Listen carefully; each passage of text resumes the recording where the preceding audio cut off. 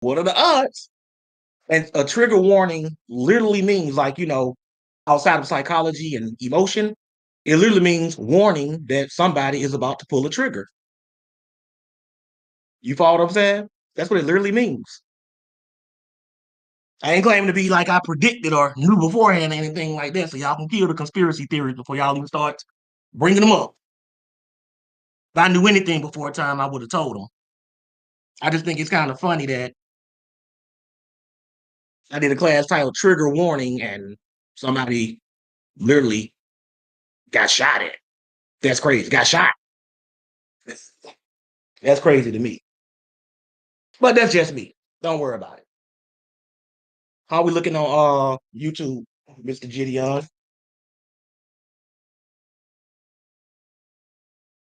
Okay. Give me 1 second. I was trying to contact Big Moshe to see if he back. And I guess he ain't. So I'll be right back. Hold on 1 second. Keep it popping.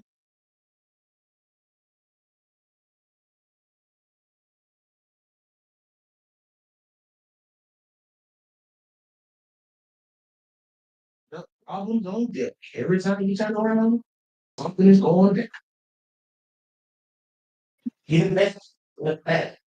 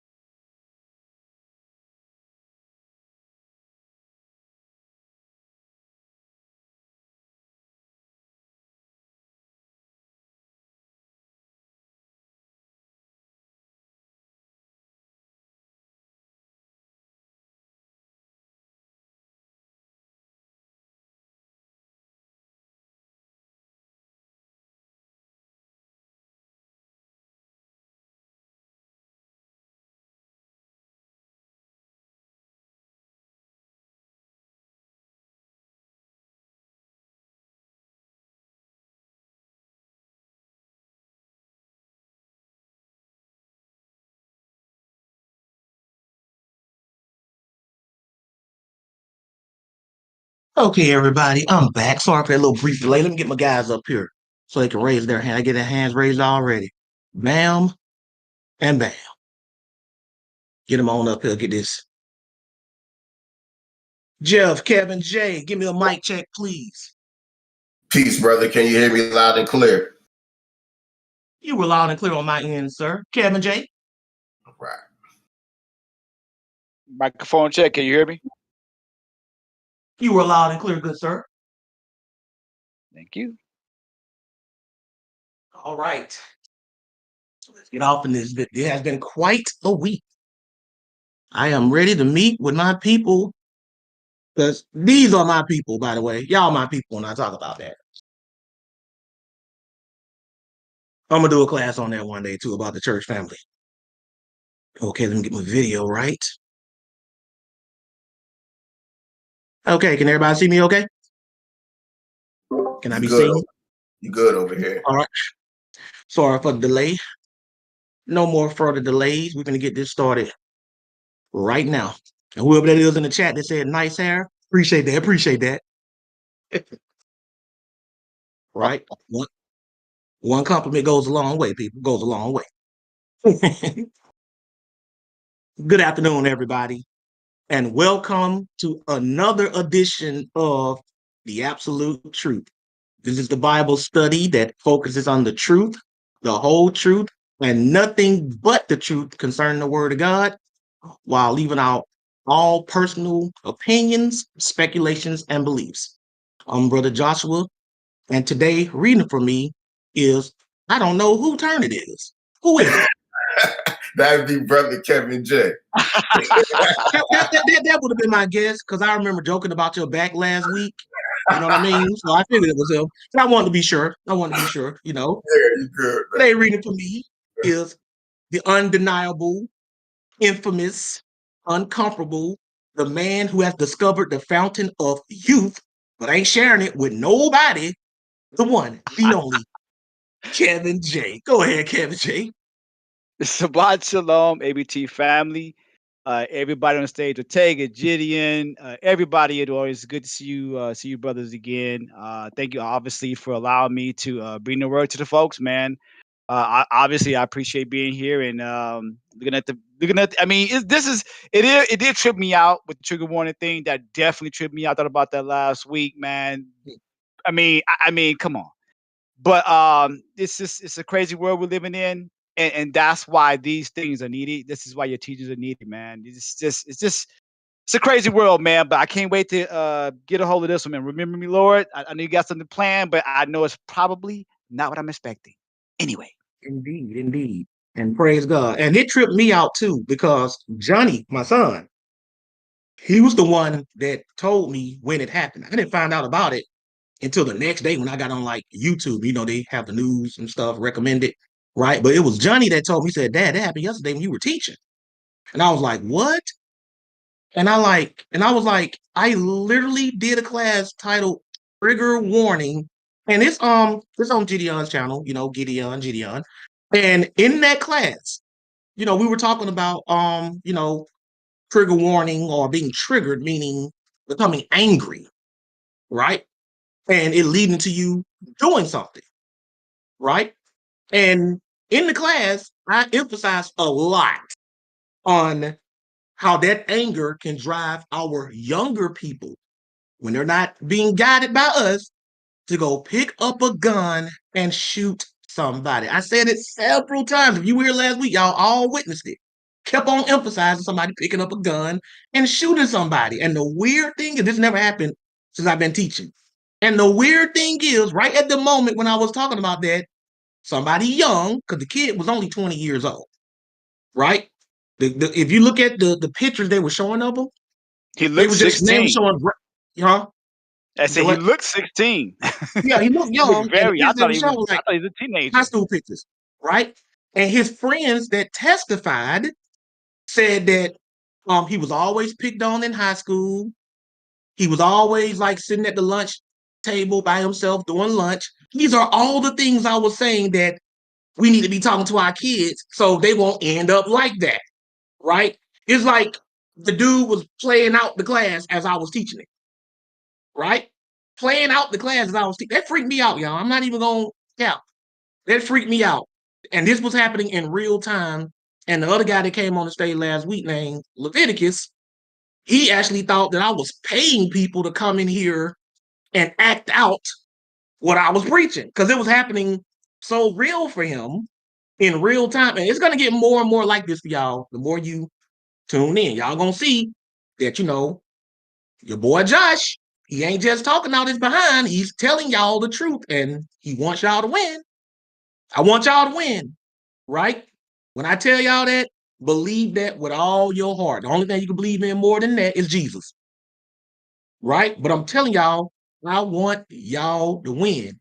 And even in that class last week, what did I say? I said, if some of us would just talk to some of these kids in time, we could prevent them. Do you remember me saying that, Kevin J? I said, if we talk to them in time, we could prevent Yep. them from Yep. going out and doing something like that. And it's crazy that it was you know, legally he's an adult. But to me, 20 years old, you still a kid. My son is 19, right? And I was saying that if we talk to these kids, in time, we could prevent them from going out and picking up a gun. And that is so weird to me that that happened while I was teaching. Y'all know how y'all be watching the movie sometime, Kevin J? And as somebody is talking about something, it'll switch to another scene, but you can still hear the original person talking as it's happening, as one scene Yep. is happening, the person that started talking, you could literally do a voice over of me teaching my class as those events were playing. I put something like that together just to show y'all how creepy it is on my end. As I'm doing this class, this is what's going on at the same time. And then when I get to They that were certain point, it'll be crazy. Go ahead, they Kevin J. was putting it in the chat though, as it was happening. They were? I didn't want to be. Yeah, a couple of people were putting it in the chat. It was somebody in Clubhouse was putting it in the chat when it first happened. I think it was a brother named Clint. He put it in Clubhouse, the chat as soon as it happened or a little after it happened. And then it was a couple other people. Yeah, so it was a couple of people did actually report it in the chat, but it would have been a So, distraction. But hey, hey, yep. So I figured that if there's any kind of correlation, which it's all God's plan, I'm thinking, well, maybe if I do a class titled "Remember Me, Lord," then that'll play out in real time too in some people's life. Y'all follow what I'm saying? Maybe that'll happen. Who knows, right? But anyway, also joining us on the stage, he's back with a bad back, but they don't stop him from backing down. This is the one, the only, Brother Jeff. Go ahead, Jeff. Peace, brother. Well, I'm doing a lot better this week. I actually had to make an adjustment with my treatment. So I stayed off of that table, that decompression table for like 2 weeks, and I'm back in the game. But nevertheless, peace to everybody out there in class, YouTube, Discord, wherever you're listening from. Peace to the brothers on the panel.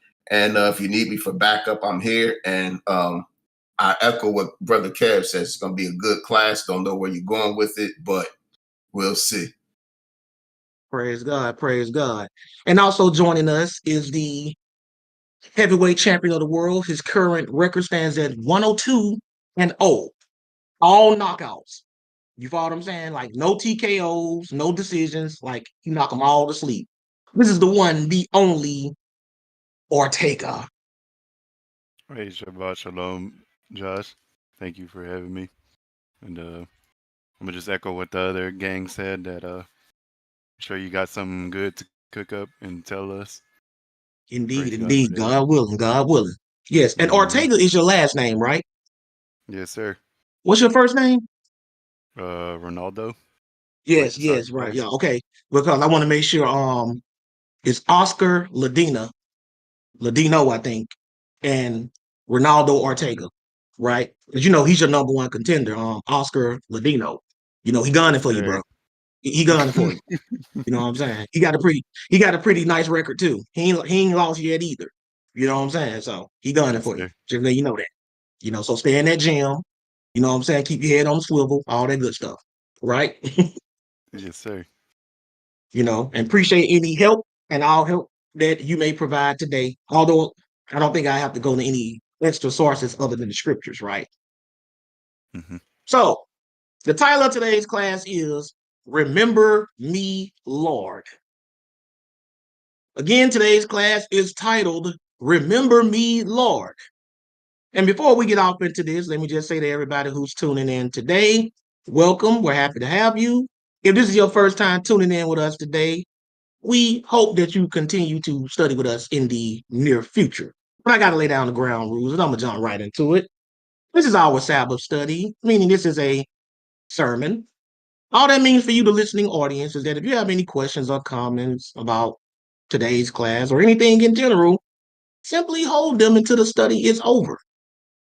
This is a sermon. Just like when you go to church on Sunday and the preacher's on the podium and he's preaching and you're sitting in the pews. What you don't see people doing is jumping up, shouting out random scriptures. I always tell y'all that the preacher can be talking about adultery and you jump up, Exodus 20. People don't do that. I keep telling y'all, just because we're on the internet doesn't mean you get to lack etiquette. We're still supposed to be courteous, still supposed to be polite. That's how we're supposed to be. I will never go up in another man's house, his house of God, while he's preaching and start interrupting and asking him questions and shouting out random scriptures while he's teaching. I will wait until the study is over, approach him politely, and ask for his time. That's how we're supposed to be. We got to learn some etiquette. I'm gonna do a whole class on etiquette because a lot of children. I just got to talk to y'all parents. I'm gonna blame your parents because if you don't have any kind of courtesy, that means either it's not being taught or it is being taught and being ignored. Right? When I was growing up, my mom used to say, "Don't you go to that school and shame me, boy." See, that's how I was raised up. My parents back then, they raised us up to believe that if you act the fool in school, it makes them look bad. And when you act the fool in school and embarrass your parents, when I was coming up, your parent would come to the school and act the fool in school in front of your friends on you, meaning you would get a super whooping embarrassing. in front of the whole class. They would do that. Stupid. And that thing, it scars you for life, Kevin J. Because I still remember kids Trust me. when I was in the know. kindergarten who got whooped in front of the whole class. I'm 43, and I still remember that one boy who mama came to the school in kindergarten and whooped him in front of the whole class. You never forget it. You follow what I'm saying? That's how I came up. And I threatened my son the same way. He'll tell you. He was acting a fool in school though in 6th grade time. I said, bro, I ain't gonna tell you no more. I get one more complaint about you acting up in class. I'm gonna come up in there and I'm gonna whoop you in front of your whole class. And he knew I meant it. I did not make idle threats. He immediately got his act together because that is embarrassing. He even asked me, well, this day and age, Dad, you whoop somebody in front of the class, you might go to jail. I say, I don't care, I'll bun out. I ain't got no priors. Brother John got a perfect police record. I ain't got no priors. I was able to be hired to work on places where you have to have a flawless, you can't even have a traffic ticket for some of the places I was able to work. You couldn't even have a traffic ticket. I had to work on the Army base where we were running electrical work in the inside of it, and you weren't even allowed to bring your cell phone inside of the building because they didn't even want you to take pictures of anything in there. They pat you down every day. They said, and the job had such a strict background check that me and the foreman and one other guy were the only people allowed to work out there because nobody else could pass the flawless background check. Right? So my background check is so squeaky clean that I'll go to jail real quick for just whooping my son, and I bun right out, and I probably wouldn't even get convicted for that. Probably even get a medal. But anyway, that's beside the point. If y'all can't follow the rules in the chat, one of my mods will mute you. They will mute you. They need to shut you up. They need to mute you. And most of the time when y'all mute people, they just leave because they can't run their mouths anymore. So, again, today's class is titled Remember Me, Lord. And the main reason I decided to do this is because I had a very, very invigorating council session with Solo Nation, right? Now, I'm not gonna get into the specifics of what we talked about because that's confidential. But one of the things he did ask me about is prayer. Like, do you have like a specific prayer that you pray, Josh? And he's not the only one that's done that. Like, y'all will be surprised how many people hit me up in my DM and ask me about specific prayers. They don't ask me how to pray. I mean, you know how to pray. You just get on your knees, close your eyes, and talk to God. Everybody knows that. But it's the specific phrasing that they ask me about. And I'm letting you know right now, other than the Lord's Prayer, there's nowhere in the Bible where we're instructed to pray a specific way. Prayers are personal, and therefore any prayer you have would be a personalized prayer. But one universal prayer that a lot of people don't seem to know about is a prayer I like to call the prayer of remembrance.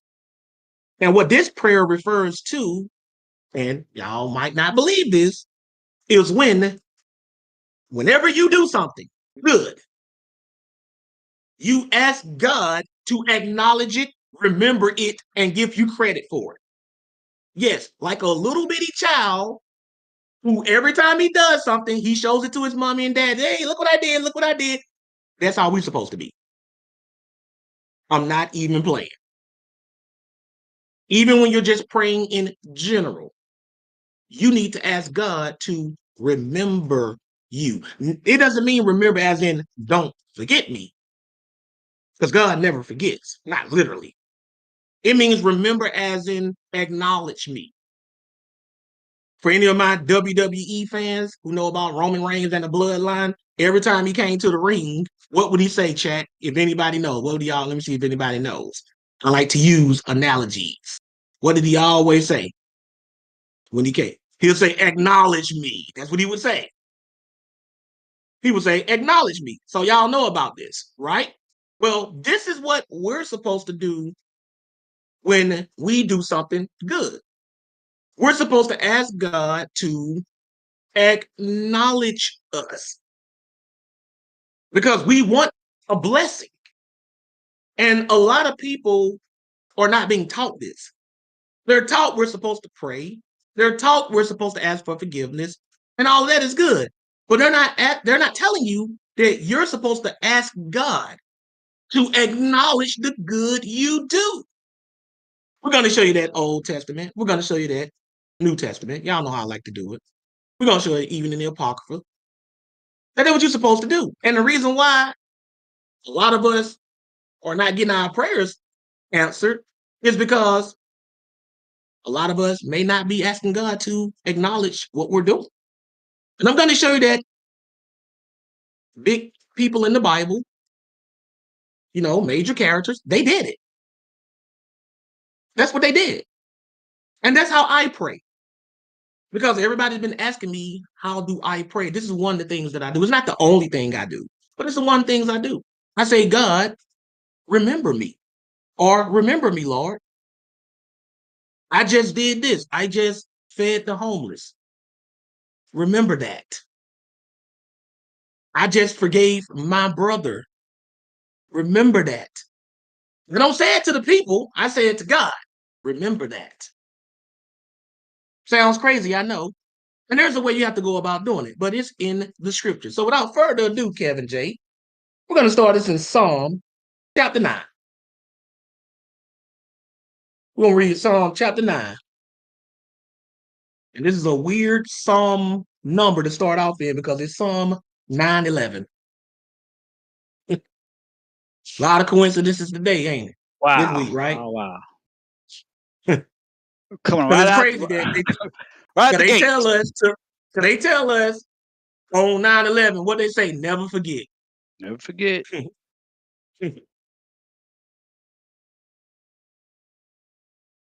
Right? I tell you what though, Kevin J., something like this happened again that like happened last week based on what I'm teaching, I might have to do some serious praying and fasting because that's starting to creep me out. Man.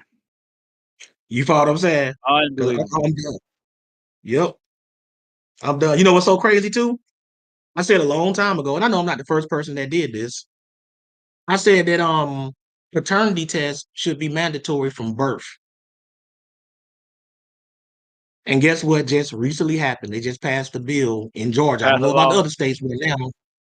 Yep. A law that's saying that paternity tests are going to be mandatory from birth. So for all of y'all young ladies out here that think y'all finna be suckering these guys into raising babies that's not theirs, Man, that how is long have game they got away with over. that? Wow. That is game over. Right? So don't be one of them sisters that that ain't his baby and he find out at the hospital or right after that ain't his. It's gonna be messed up. Man, And that's we were such an doing it evil right. thing. It is evil. And guess who the only people complaining about it? Women. Well, Now I ain't attacking nobody, Kevin makes J. sense. But I tell you, on my job, the only people that complained about mandatory drug testing were the ones doing drugs. Exactly. So I the ain't never only been people, afraid of a drug test in my life. me Never. neither. I ain't never been afraid of that. Me neither. Me neither. So the only ones complaining about mandatory paternity tests and men, women know the baby theirs, so it ain't no issue with them being tested. Came right out of them, right? So they don't want you to do it. Why? Because they want to at least buy They themselves enough time to get another dude guilty. to take care of a child that's not theirs. Guilty. And I've been saying that too, and now they don't did that. Maybe I need to start speaking more stuff into existence and hope that it comes true. Praise God. Give God Hey the glory. man, you freaking people out, man, right? I know I'm not the first person to say that should be an issue, but I know when I said it, I heard myself say it for the first time, but I know I'm not the first person, right? Oh no, But this is man. chapter 9, 11, and 12. Psalm 9, 11, and 12. Read that, please. This is Psalm chapter 9, verses 11. Sing praises to the Lord, which dwelleth in Zion. Declare among the people his doings. Mm-hmm.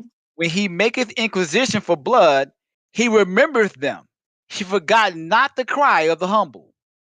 Now, when it said make inquisition for blood, that means he inquires for blood, meaning he avenges people who were wrongfully killed or who were murdered. That's what it means. But look what else it says. It says, he forgetteth not the cry of the humble. Your cries is talking about you're crying to God, or you're pleading to God, or you're making supplication to God. It said he don't forget the cries of the humble, or the prayers of the humble. So the first step to make sure that God remembers you is when you pray, you need to be humble. And a lot of us forget that. You got to come to God humble. You can't come to God arrogant. Mm. You can't come to God puffed up. I got a whole class on what it means to be humble. In this day and age, Christians, yes, Christians, they're very arrogant. They're not humble. They have huge egos. You can tell just about how they come up in here. Oh yeah. They don't come in here humble. They come in here combative and full of themselves. I know this. I know more than the guy teaching, even though I just got here a minute ago and don't even know the extent of his knowledge. Right. You follow what I'm saying? That's arrogant. Even if I knew I was listening to a 12-year-old, I'm 43, Kevin J. And if I knew I was listening to a 12-year-old, I'm not going to assume 1 minute in that I know more than he does. And I'm old enough to be this kid's father, in some cases, grandfather, depending on how early the mother had the child. True that. Right? I'm going to still hear him out. But that's that arrogance. And a lot of Christians are wondering why aren't my prayers being answered? Why can I not get what I'm asking for in life? It's because you're not humble. It said he remembers the cries of the humble. So the implication is, if he remembers the cries of the humble, whose cries do he forget, Kevin J? The ones that are not humble, the wicked. The ones that are not humble, or the proud, or the arrogant, or those with big egos. And this is why it doesn't go well for people when they come in here ego tripping. Because they do, they want to come here ego tripping. They don't want to edify anybody. I hate when people say, oh, no, you don't. You just want attention. You just want people to see how great you are. I don't do this to show off my knowledge. I do this to edify and help people. That's what you're supposed to be doing this for. You want to feel proud about something? Feel proud about helping somebody who was spiraling out of control and you help them get back on track. If you just need to be proud about something, but you're not going to be heard by your God. He's not going to remember. Because, when you pray to God, y'all know when we pray to God, he doesn't answer our prayers in real time. It takes time, right? Everybody agree with that? We all know that, right? Oh yeah. Oh yeah. Now, there have been times where it seems almost like he instantly answered your prayers. There have been times like that. We know that. But for the most part, when you pray to your God and he does answer your prayers, it takes time. So when he says, remember, that means you said something to him, days ago, weeks ago, months ago, years ago. And then he recalls it and be like, oh yeah, Ortega did pray for that. Right? And he was humble when he did. So I'm going to answer that prayer. But if you're arrogant and you got an ego and you pray to God, even if you're not being arrogant in the prayer itself, if you just have a egotistical personality and you decide to pray to your God in humility, he's still not going to answer it, because humble means humble all around. Humble in your everyday life and how you come to God. So he's going to let that prayer just sit on the shelf. Y'all understand? Y'all don't want your prayer sitting on the shelf, do you?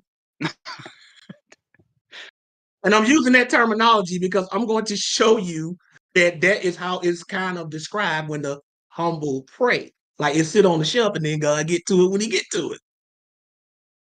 That's crazy, ain't it? Right? Now, it says, when he make an inquisition for blood, he remember them, he forget of not the crowd of the humble. Still in the book of Psalms, let's turn to chapter 10. I want y'all to understand this. You want God to remember you. Remember you like what you did. Remember my accomplishments. Remember what I'm going through. This is how I pray to God. This is how I talk to our Heavenly Father. When I'm going through something, don't forget about me, Lord. Please, I'm going through it. I'm feeling it. Man, yes. When I do something that I know pleases God, I throw it right up to him. Just like a kid throw up every little small accomplishment they do to their parents. I'm going to show you that the Bible say that. I know it might sound wild, and that's cool. I love it when people think that what I'm saying sounds wild because it shows me two things. Number one, they ain't never heard it before. And number two, you ain't read your scriptures. So you don't ever want to be that kid or that adult that goes into a room and hears somebody saying something and call it crazy or heresy or lies, and then they prove it. See, now you sitting there with egg on your face. See, I don't do that. No matter how wild something may seem, even if I know I teach against it, I always say, where you get that from? But I always say that, Kevin J. Yep. I'm like, where you get that from? Where does it say that at? I always ask them, where does it say that at? I've read the whole Bible, but I don't know every verse backwards and forward by heart. Maybe I missed something. So I always ask, where does it say that at? And then when they start, start stuttering and stammering, it ain't in there then, is it? No. That's how y'all should approach everybody. If y'all disagree with somebody, be like, where does it say that at? And there's nothing wrong with asking that. But don't come in a sermon as soon as I make a claim. Where is that in the scriptures? I'm doing the class right now on it. Be patient. You don't go to church and the pastor be like, okay, y'all, we about to talk about how you supposed to give to the poor. Hey, what scriptures are that, pastor? You don't do that. Let the man teach. When you go to college or if you in high school and your teacher is like, yo, we're about to teach you long division. You don't be like, okay, get to it right now. How do I do the long division? Let the person present. I bet a lot of y'all get pissed when y'all buy a video game and that bad boy say loading. Y'all probably throwing your controls up against the wall. Loaded. I can't stand the wait. Even though the Bible plainly says patience is a virtue. Even though it says that. I use that as an analogy, by the way, because I cannot stand loading. I mean, it just, so I understand y'all, but I ain't gonna throw my control up against the wall, right? But this is Psalm chapter 10, verse 12. Read that, please. Psalm 10 and 12. Arise, O Lord, O God, lift up thy hand, forget not the humble. So we already learning early that David is saying, he's telling God, don't forget the humble. So we're already seeing evidence that the humble are the ones that will not be forgotten. So if you want God to remember you, Kevin J, Ortega, Jeff, Gideon, and Class, what do you have to be if you want him to remember you? Humble. You have to be humble. If you want to be remembered. Notice he did not say, forget not the proud. And if he would have said that, he would have meant in the context, don't forget to punish him. Right. But he said, forget not the humble. Don't forget humble. And we should be the same way. Somebody come here all arrogant, I'm going to go Italian on them. Forget about it. That's what I'm going to do. I'm going to forget you. And that's what a lot of y'all do. Y'all come here all arrogant and y'all wonder why you can't get what you want from me. I had a guy in my DM, I muted him yesterday in the chat. Didn't ban him, muted him. And people were saying that he needed to be muted. He jumps in my DM. Why did you mute me, Brother Josh? I was like, first of all, how old are you? Y'all know I ask everybody that when they come on the stage because I want to know if I'm dealing with a minor or an adult. Right. Right? All I did was ask them, how old are you? I don't see how that's relevant. See, already defiant. I said, why don't you want to tell me your age? He tells me I don't give out personal information like that to people I don't know. I said, well, then don't personally contact me. Right. You follow what I'm saying? You can't get personal with somebody and then get offended when they get personal back with you. That's what y'all do. Y'all ask me some personal questions about myself, then when I turn the table and ask you something, well, Josh, that's none of your business. I don't have people come over here and ask me everything from how much money I made, do Gideon pay you? They ask me, they literally count my pockets. Wow. And I just ask them, well, how old are you? Oh, Josh, how dare you? Oh, wow. As I was saying, brother Josh, I was with my girlfriend and I was trying to talk her into having oral sex. Ask me questions like that. And then I just ask your age. And y'all act like I don't violate it. We're on social media. I need to know if I'm talking to an adult or a minor because some of our conversations are adult conversations. Y'all know that, right? All the kids, all the 18 and unders, y'all understand that, right? All it takes is one vindictive child to take something I'm saying out of context and be like, oh, and I'm a minor, by the way. Facts. That's all it takes. That's why when people DM me, I ask them, how old are you? Right? Now, if I'm just in here teaching on Discord and I'm talking about stuff and y'all come in here, I'm covered. It's on you. I didn't tell you to come in here. But if you want to have a one-on-one conversation, you know what I'm saying? I'm not trying to end up on Gideon and what's his name show, Catch a Predator. You know what I'm saying? I ain't trying to do that. No, that ain't me. Ski. I ain't trying to do all that. That's why I ask the kids, how old are you? I ask everybody that. That's called, covering your own butt. That's what you're supposed to do. We called it on the job. CYOB, cover your own butt. Except they replace the word butt with the A word.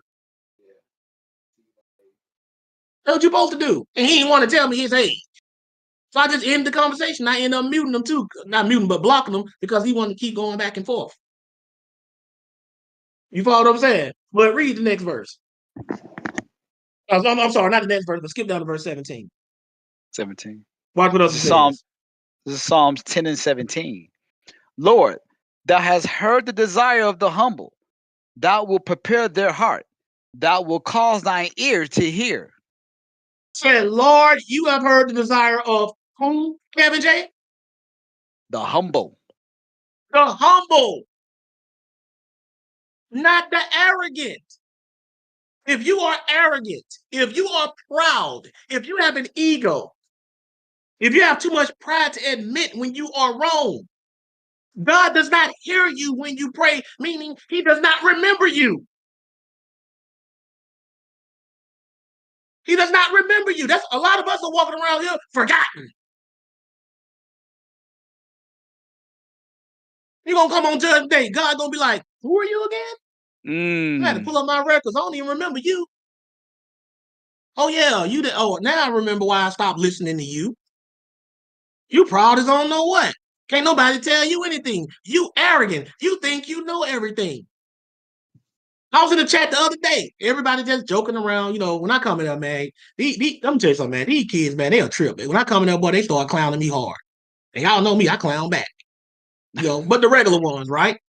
But we all in there just having fun, talking about video games. They asking me all kinds of questions about video games and stuff. You know what I'm saying? I work with kids, Josh love the kids, love the young people, trying to help them, develop and find their way.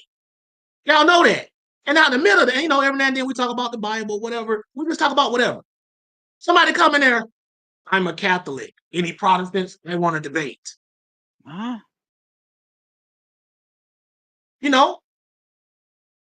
See, it's that arrogance. When you come looking for smoke, looking for it, not being ready for it, looking for it, that's arrogance. But you're coming to try to prove your superiority. You have been forgotten by your God. He's not going to remember you. He's not going to remember you. And I do not want y'all to be forgotten. I want your God to remember you. I want your God to acknowledge you. That's how we're supposed to be. That's why this class is titled, Remember Me, Lord. Do we all want God to remember us when we need something? Y'all tell me in the chat. Tell me on Clubhouse. Tell me on the stage. Do we want our God to remember us? Man, don't forget me. Please. Don't forget me. You in the hospital and you're waiting on a test result to determine if you're going to live or die. Want to be forgotten by the Lord at that time? Or one of your loved ones? No. You're supposed to start throwing stuff in God's face. Yes, I said it. I know it sounds crazy. You're supposed to be throwing stuff in God's face. Hey, God, I did this the other day. But humbly, though. You got to be humble about it. You follow what I'm saying? You can remind somebody about something you did for them without being arrogant. Don't ever let nobody try to make you feel bad if you throw up something that you do for them, only if you're doing it when they act like they don't forgot what you do. I'm not saying you one of them dudes or one of them women where every time you argue with somebody, you start throwing up what you do for them. I'm saying if you're dealing with somebody and they start acting like they don't forgot what you do, there's nothing wrong with you throwing it up because people are trying to gaslight you. See, you always want to bring up what you do because you always forget what I do. You're supposed to remind people sometimes because people will take you for granted. That's how people get taken for granted. And then you let somebody gaslight you into thinking you wrong because you bringing up the good you do for them. That's what you're supposed to do. You're supposed to remind them, whoa, don't come here and say I don't do anything for you. I just paid your phone bill the other week. I just took you to the movies. Parents do that to their children all the time. And if somebody ever say, you always trying to make a big deal out of what you do. No, you always trying to make a small deal out of what I do. But only do it if they don't forget. If they act like they don't forget. Because if you don't, people will take you for granted. They will take you for granted. Don't let them do that to you. You want to add something, Kevin J?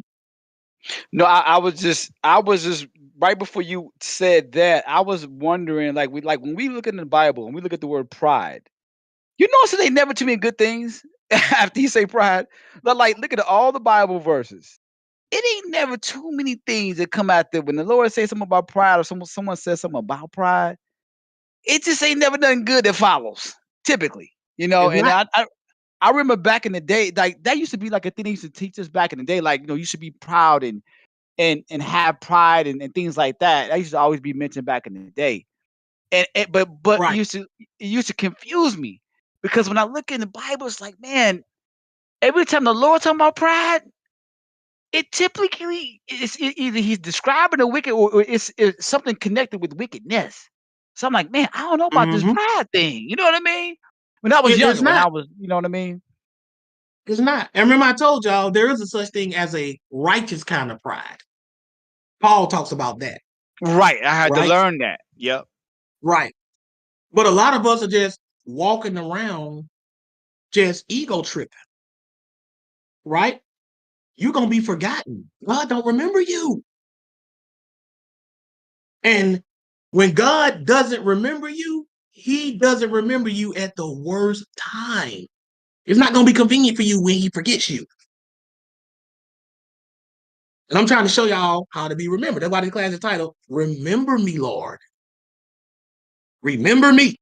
Don't forget me.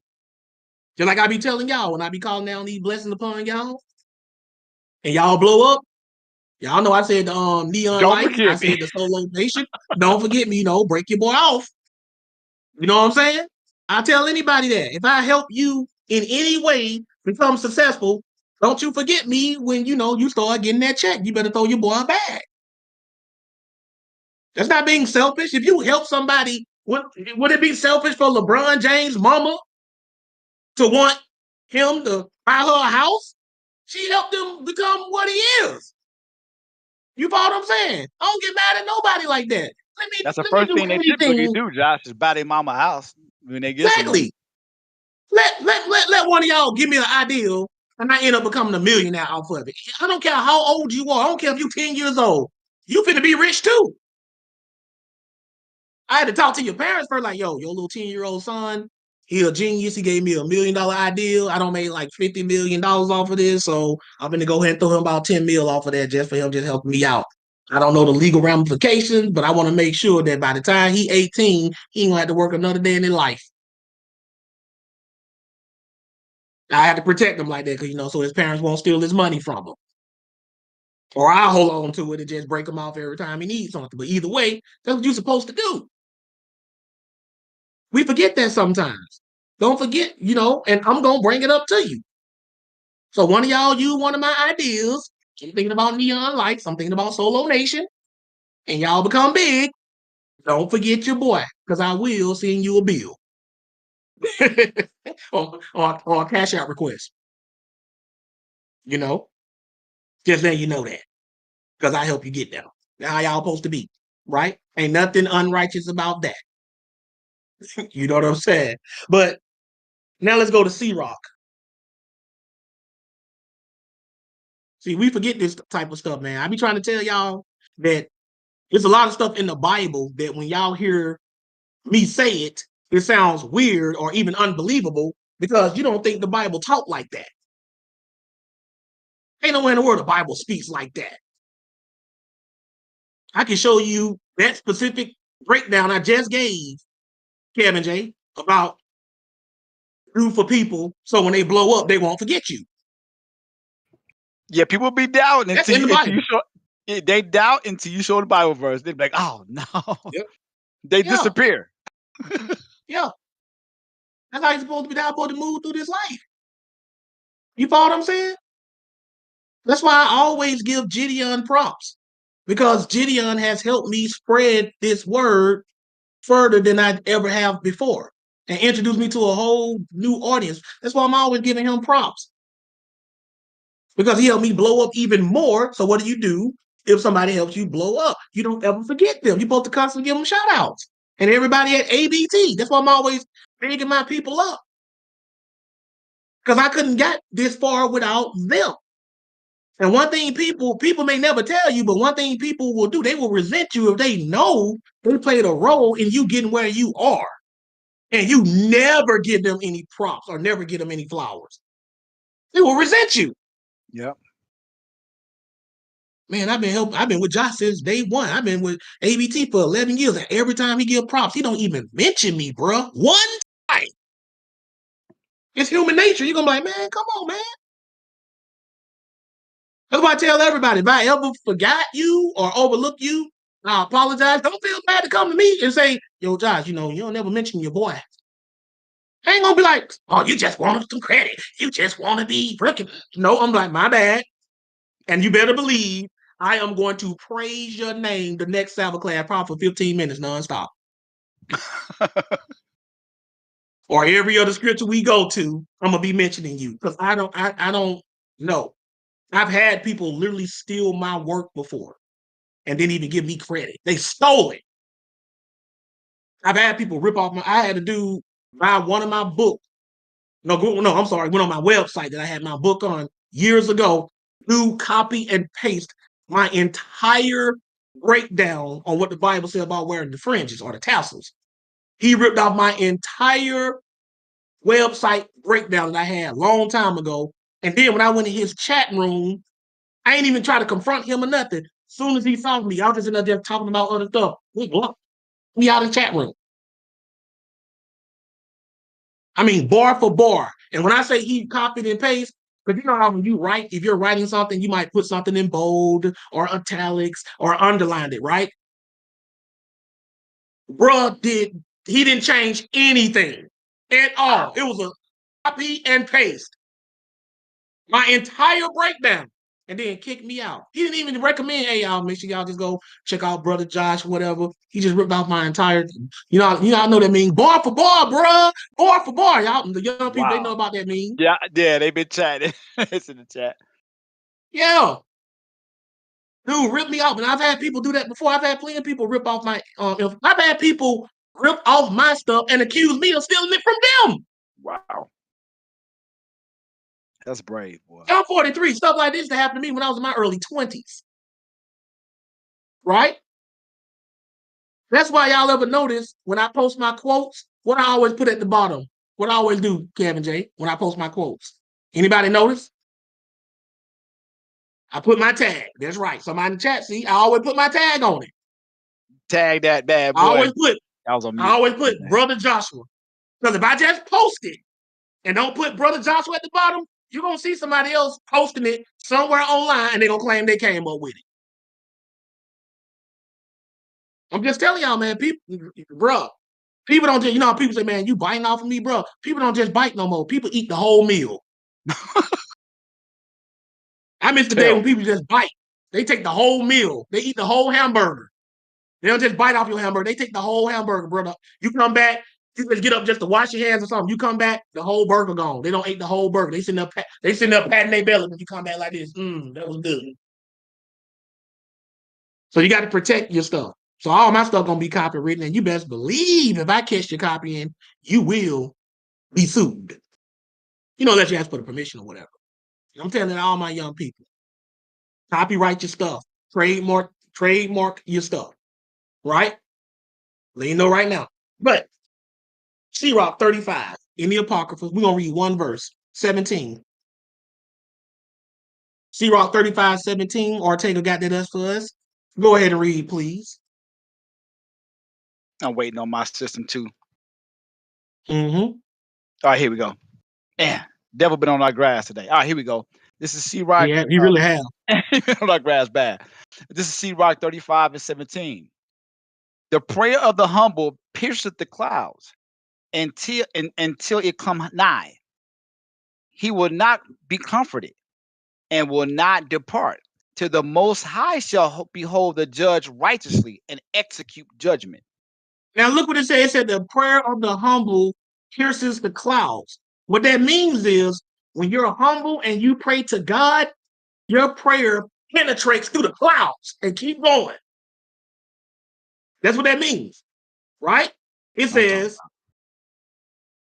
and it until it come nigh, that means near the Lord, he will not be comforted and will not depart till the Most High shall behold to judge righteously and execute judgment. That means give the humble what they want. But let me show you how this reads in another translation. I'm just sending this to Ortega right now.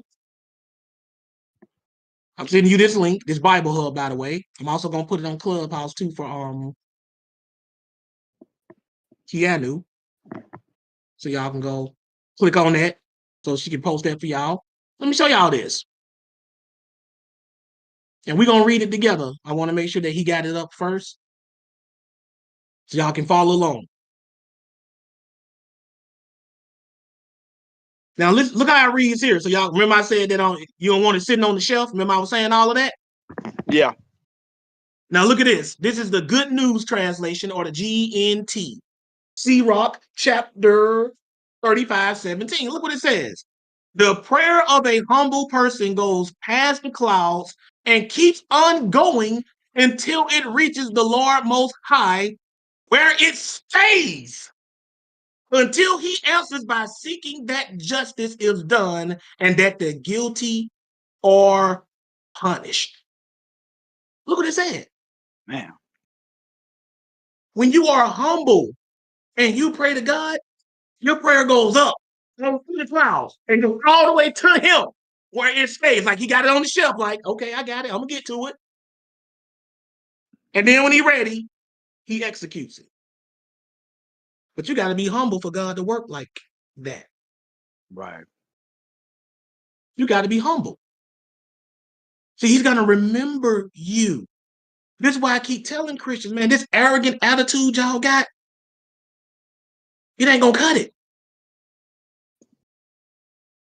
It's not going to cut it, y'all. Y'all come here all arrogant, all proud. Who wants to debate me? Debate me, Josh. That's for you. That's to edify you. That's to glorify you. And what really makes me mad is not your arrogance, but the fact that you really don't care about anybody in here. And I'm tired of people trying to use y'all to glorify themselves, and they don't even care about you. The least you can do is actually care about the people if you're going to try to, make a name off of yourself, off of them, for yourself. They don't even care about y'all. You got a lot of people, selfish people coming in here, don't care anything about you. Y'all just some faceless people on social media. They don't care anything about you. That's why they come here and they try to use you. Oh, this guy right here talking, he seems to have everybody's attention. Let me go ahead and try to, slither in on some of that and make a name for myself. Because I don't care about y'all. This is all about me. That's what people do. Those type of people, God don't remember them. Not when they need something. He don't remember them. And now you're wondering why, your grandmother or whoever else is going through something and you've been praying and he ain't listening to you or anybody in your family because he don't remember y'all. See, that's what Josh be thinking when he pray. Now, that doesn't necessarily mean that just because he didn't answer your prayer, it's something you did. But the Bible does make it clear that in a lot of cases, God don't hear your prayer because you ain't doing right. Mm. He don't remember you.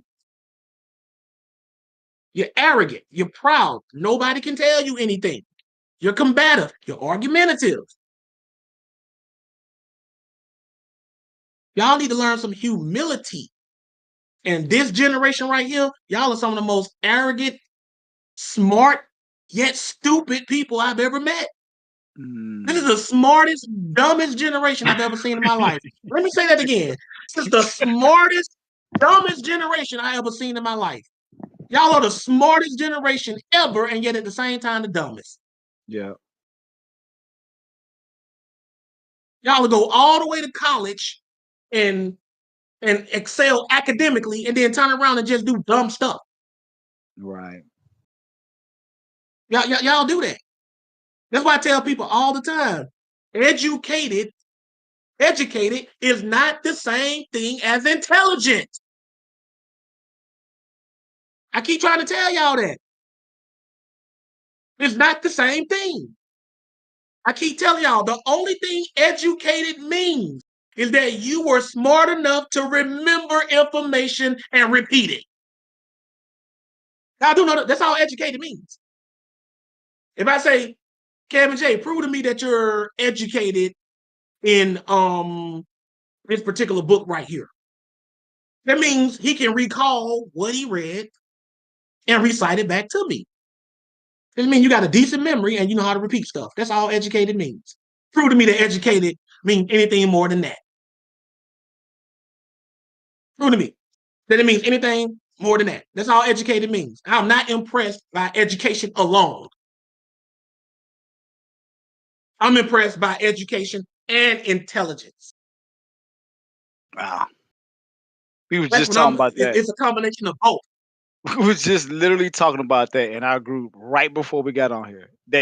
Stanley was talking about it. It's amazing, man. You've been on one, man. You really been on one. and why am I bringing this up? Because the young people today, they go to college and they let going to college just blow their heads up. Mm-hmm.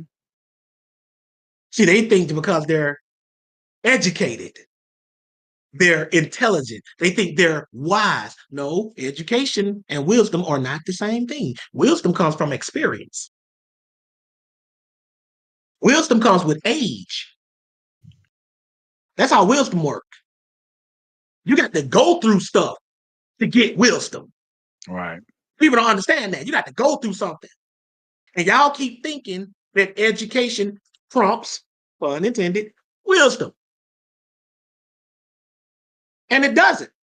This is the reason why a 14, 15-year-old kid can come in here knowing I'm 43 years old and think they know more than me. Right. That's why they think that way. That's why they come in here. 15, 16, 17 years old come in here. I'm going to show that he doesn't know what he's talking about. I'm not even going to sit back long enough to hear him to see, if this guy actually knows something. All I know is that I'm educated. And then they don't even be educated in the scriptures. I start asking them questions. What is this talking about? I don't know. Bruh, you the one took me here. You can't even give me the context of the passage. That's that arrogance. You will be forgotten. God does not remember you. I'm trying to make sure you don't get forgotten. That's what my job is to do. JJ guy, they be like, you tell me. You tell Let me me. tell you something. Yep. And let me tell you something. If somebody is trying to explain something to you and you ask them about it and they be like, you tell me, wait a minute, am I teaching you or are you teaching me? What just happened here? What just happened here? 1 minute you trying to teach me, and then I ask a question about something you teach. You saying you tell me. Okay, so now you want me to teach you. You challenging me, but yet you want me to teach you. Let me tell y'all something. This don't just go for me. This go for any age. If somebody challenges you on any particular topic in the scriptures, in life, anything, if they challenge you, and in the middle of y'all having a conversation, and you ask them about something they coming at you with, and they be like, you tell me, you can keep going. These are your options. You can either end it down and say, no, that's all right. Or you can say, okay, but this is no longer a debate. Now I'm your teacher.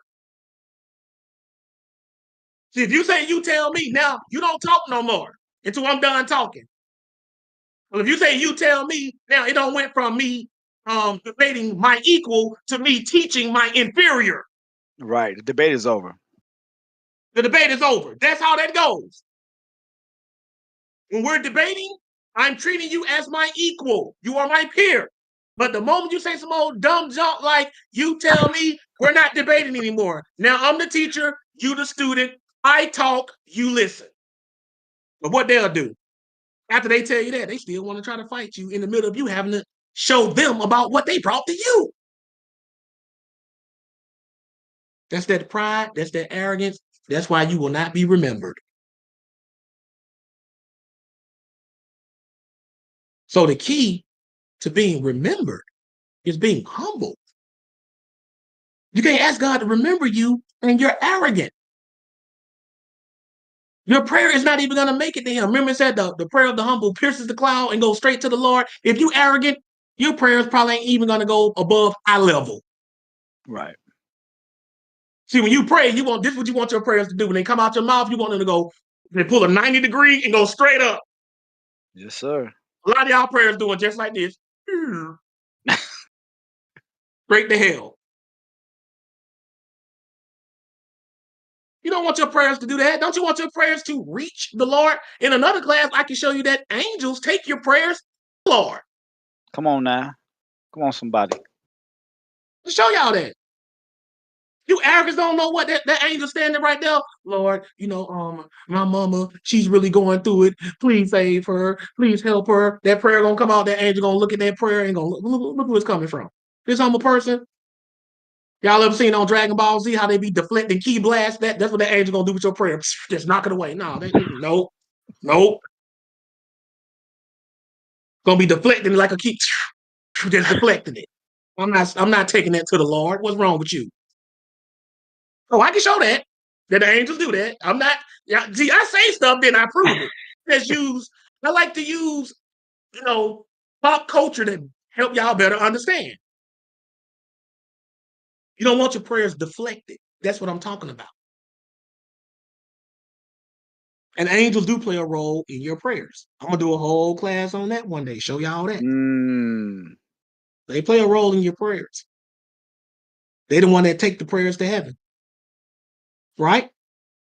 But if you arrogant, the angels, angels are invisible. There are angels around all the time, just like there are demons around all the time. Right? It could be an angel sitting right next to you right now in your house, invisible. You never know it. And you make a prayer, and that angel just posted up on your wall like, this fool really think I'm about to take this to the Lord. This fool really think I'm about to present this to my holy father. He really think I'm about to laughing at you. I'm not about to present that. Look how arrogant he is. Y'all better understand that. Oh, that class is coming too. It's a lot of stuff. I know it sounds crazy, but then when I prove it, all my critics start disappearing. The audience numbers start dropping. They don't even got enough humility to say, dang, I thought that dude was crazy, but he read that. Can't humble themselves. You will be forgotten. You will not be remembered. I'm trying to teach y'all how to be remembered. But now let's move on. Let's go to 1 Samuel. I'm trying to tell him, Cam and Jay. Hey, that was This a big one arrogance there, thing man. is out of control. Yeah. It's really the way you put it, though. When you bring up the angels actually escorting your prayer to the Lord, man. Yeah. A little bit different, a little bit different twist on it. Yeah. This is all that's going on all day in heaven and earth. Angels going up and down. This is all that's going on like this all day, up and down, taking prayers, coming back down all day long, constantly, all day long. Some of y'all pray for stuff, angel get it, shoot it straight up to heaven. And then sometimes evil angels try to get in the way of them coming back to talk to you. It's all kinds of stuff I can show y'all. We don't did a class on that before. Spiritual warfare. Yeah. But y'all so arrogant, and then you wonder why God don't remember you. He don't remember you because your prayer never made it to him. You ever sent somebody an email before and they be like, well, I never got that email. Yep. Yes, Or a sir. text message. And they be like, I never got it. And then it was because of something going on with your phone, the message didn't go through.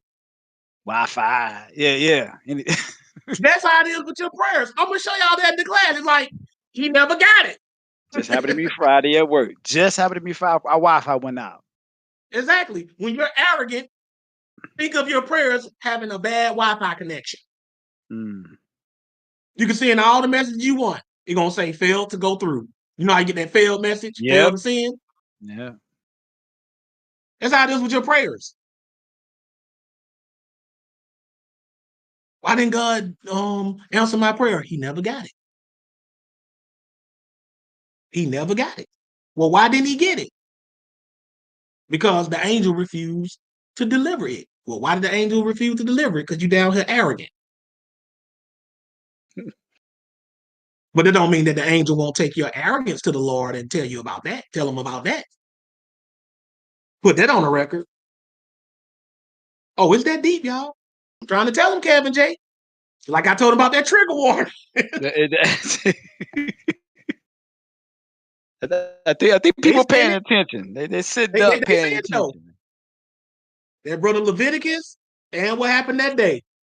That I don't, something happened one time, that's a incident. It happens twice, that's a coincidence. But if it happens 3 or more, that's reality. Y'all understand? Incident once. Coincidence twice. 3 or more, that's reality. That's what's going on. That's what it is. Y'all understand that? That's how that go. What they say, first time, it was a mistake. Second time, might be a mistake. Third time, you're doing it on purpose. Preach. You're doing it on purpose. If I pull out my driveway and Kevin J runs into me by accident, I'm like, oh man, my bad, Josh. I ain't mean to do this. It's all good. Very next day, same thing happened. Kevin J runs to me again. Hey, Josh, man, we got to stop leaving at the same time or something. Okay, bro. Third time he run to me, Kevin J, you trying to take me out, bro, on my car. And some of y'all give people 5, 6, 7 chances. Making excuses for them. Especially some of my young lions up in here, simping for these young girls out here. Well, I caught her talking to another guy, Josh. Hey, man, that was the first time you saw it? No, man, it's the fifth. Fifth? What about the other 4 times? You follow what I'm saying? When it comes to that, first time you out of there. Right. Different First time. generation. Different generation. You got to go. How about this? Simply. Women do it too. Making all kind of excuses for they dude. Girl, you know that man cheating on you. No, girl, that's just his co-worker. And they must they must work together in the motel then, because that's where I saw him at.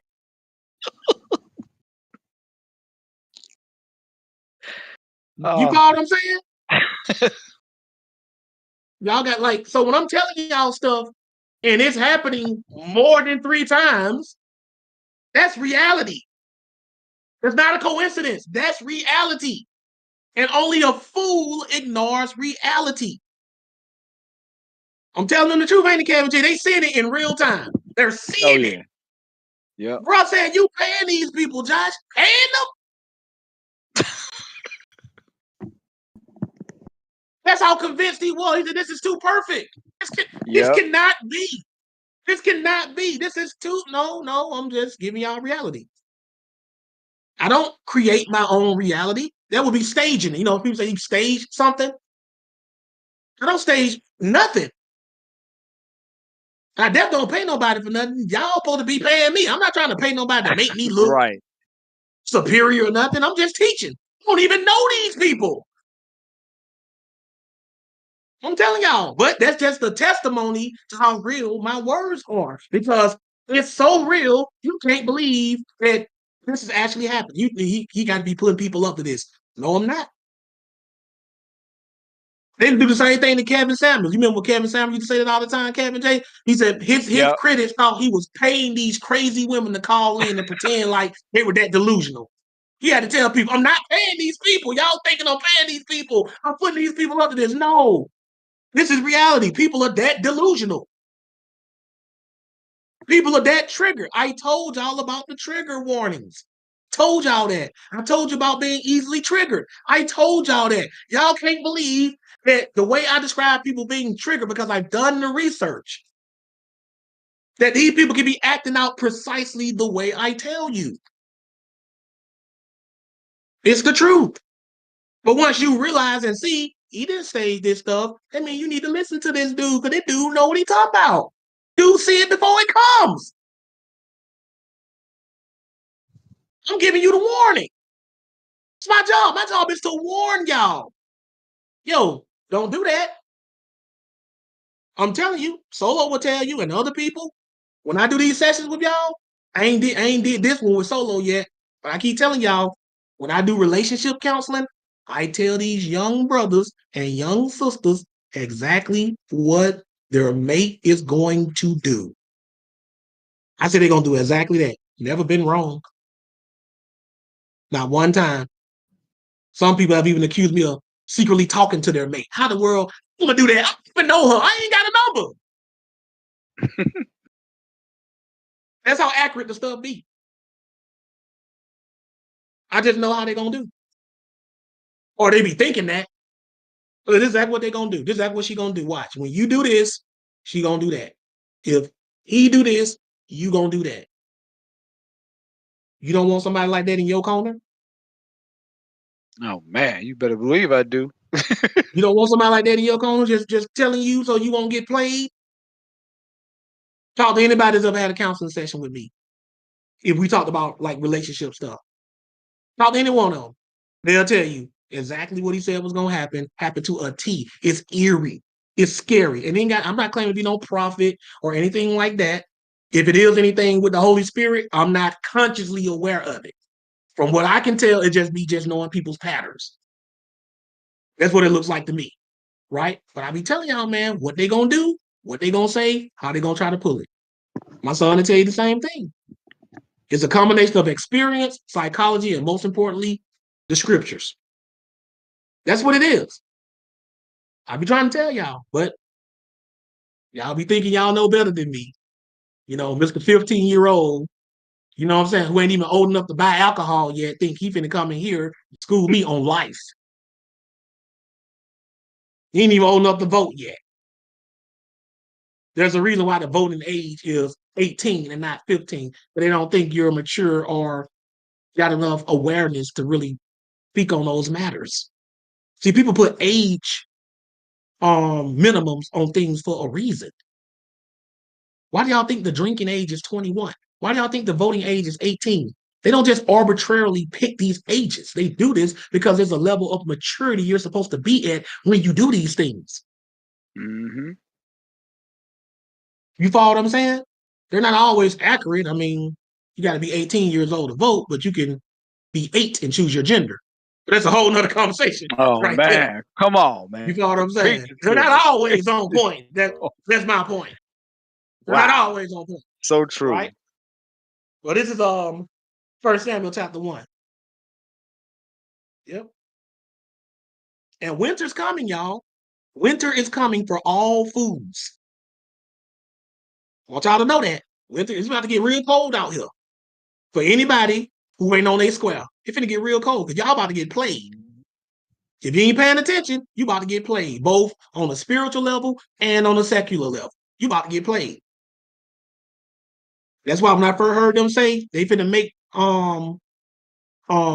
maternal testing mandatory as soon as the child is coming, as soon as the child born, right? All over social media, these women are pissed off.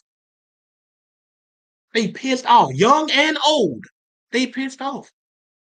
My young prodigy boys, young men, and my young prodigy women. Why do you think anybody would be pissed off about something that exposes them potentially being a liar? Why do you think that? Why would so many women be mad about that? Why? Because they want to play you, or they plan on playing you. Why would you be mad about it? They know they can't trick you anymore. Do y'all have any idea what it's going to do? Oh, and I forgot to tell you about this, Kevin J, and everybody else. They also got another law they're going to pass about y'all know this hookup culture we got? Well, they got the one night stands and the girls get pregnant and have a baby. They said they're going to pass another law saying that if the woman cannot prove that prior to getting pregnant by the guy that they were in an actual relationship, like an extended relationship, the guy won't even have to pay child support. Wow. It's coming, boy. He won't even have to pay child support. In other words, if you just out there getting your freak on little young ladies and you end up getting pregnant, if you can't prove that even this guy's last name, you can drag him to court all you want to. He ain't gonna have to pay anything. Not a dollar.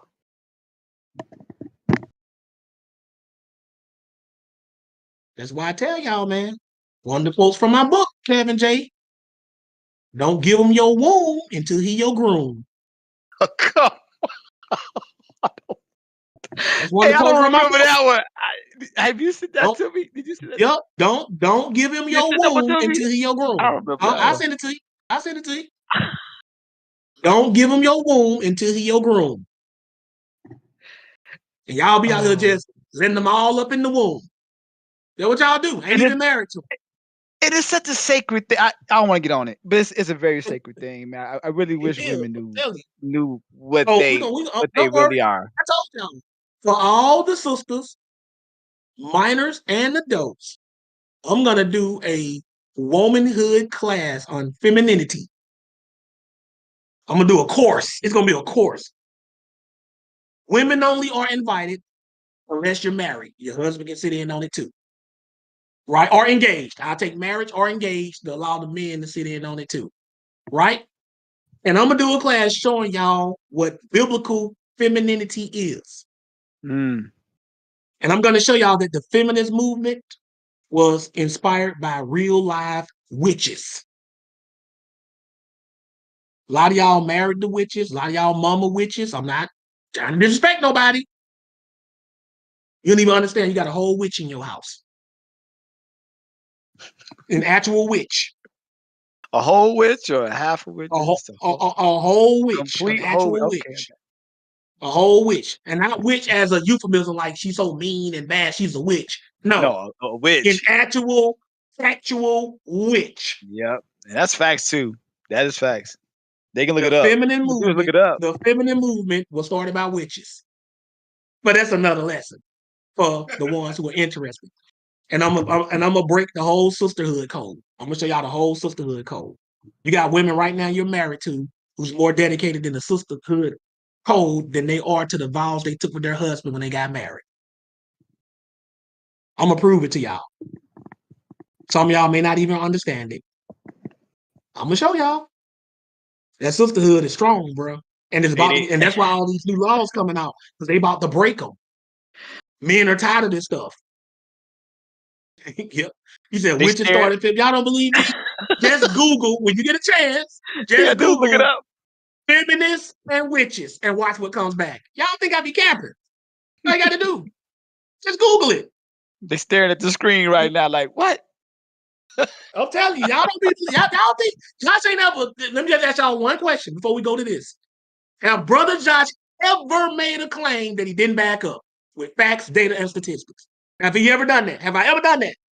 Tell me in the chat. Tell me on Clubhouse. Have I think ever they know done by that? now. If I tell y'all something, you can take it to the bank and cash it twice. I can write you a check for $1,000. You can go to the bank, they'll give you $2,000 for it. You can cash that bad boy twice. I'm just telling y'all, but that's gonna be later. Oh, this is my what's calling going out. Okay. But now let's go to 1 Samuel chapter 1. We're gonna read 1 to 11. We're gonna read about Hannah. Okay. Speaking of some witches in this story, not literal, but y'all don't see what I mean. But go ahead and read. This is 1 Samuel 1:1.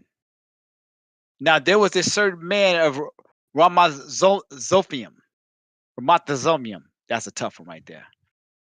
Mm-hmm. Of Mount Ephraim, and his name was Elkanah, the son of Jehoram, the son of Eliahu, the son of Tohu, the son of Zuph, in Ephronite. So we're reading about Elkanah. We're reading about this guy named Elkanah. Go ahead and read. And he had two wives. The name of one was Hannah, and the name of the other was Peninnah. And Peninnah had children, but Hannah had no children.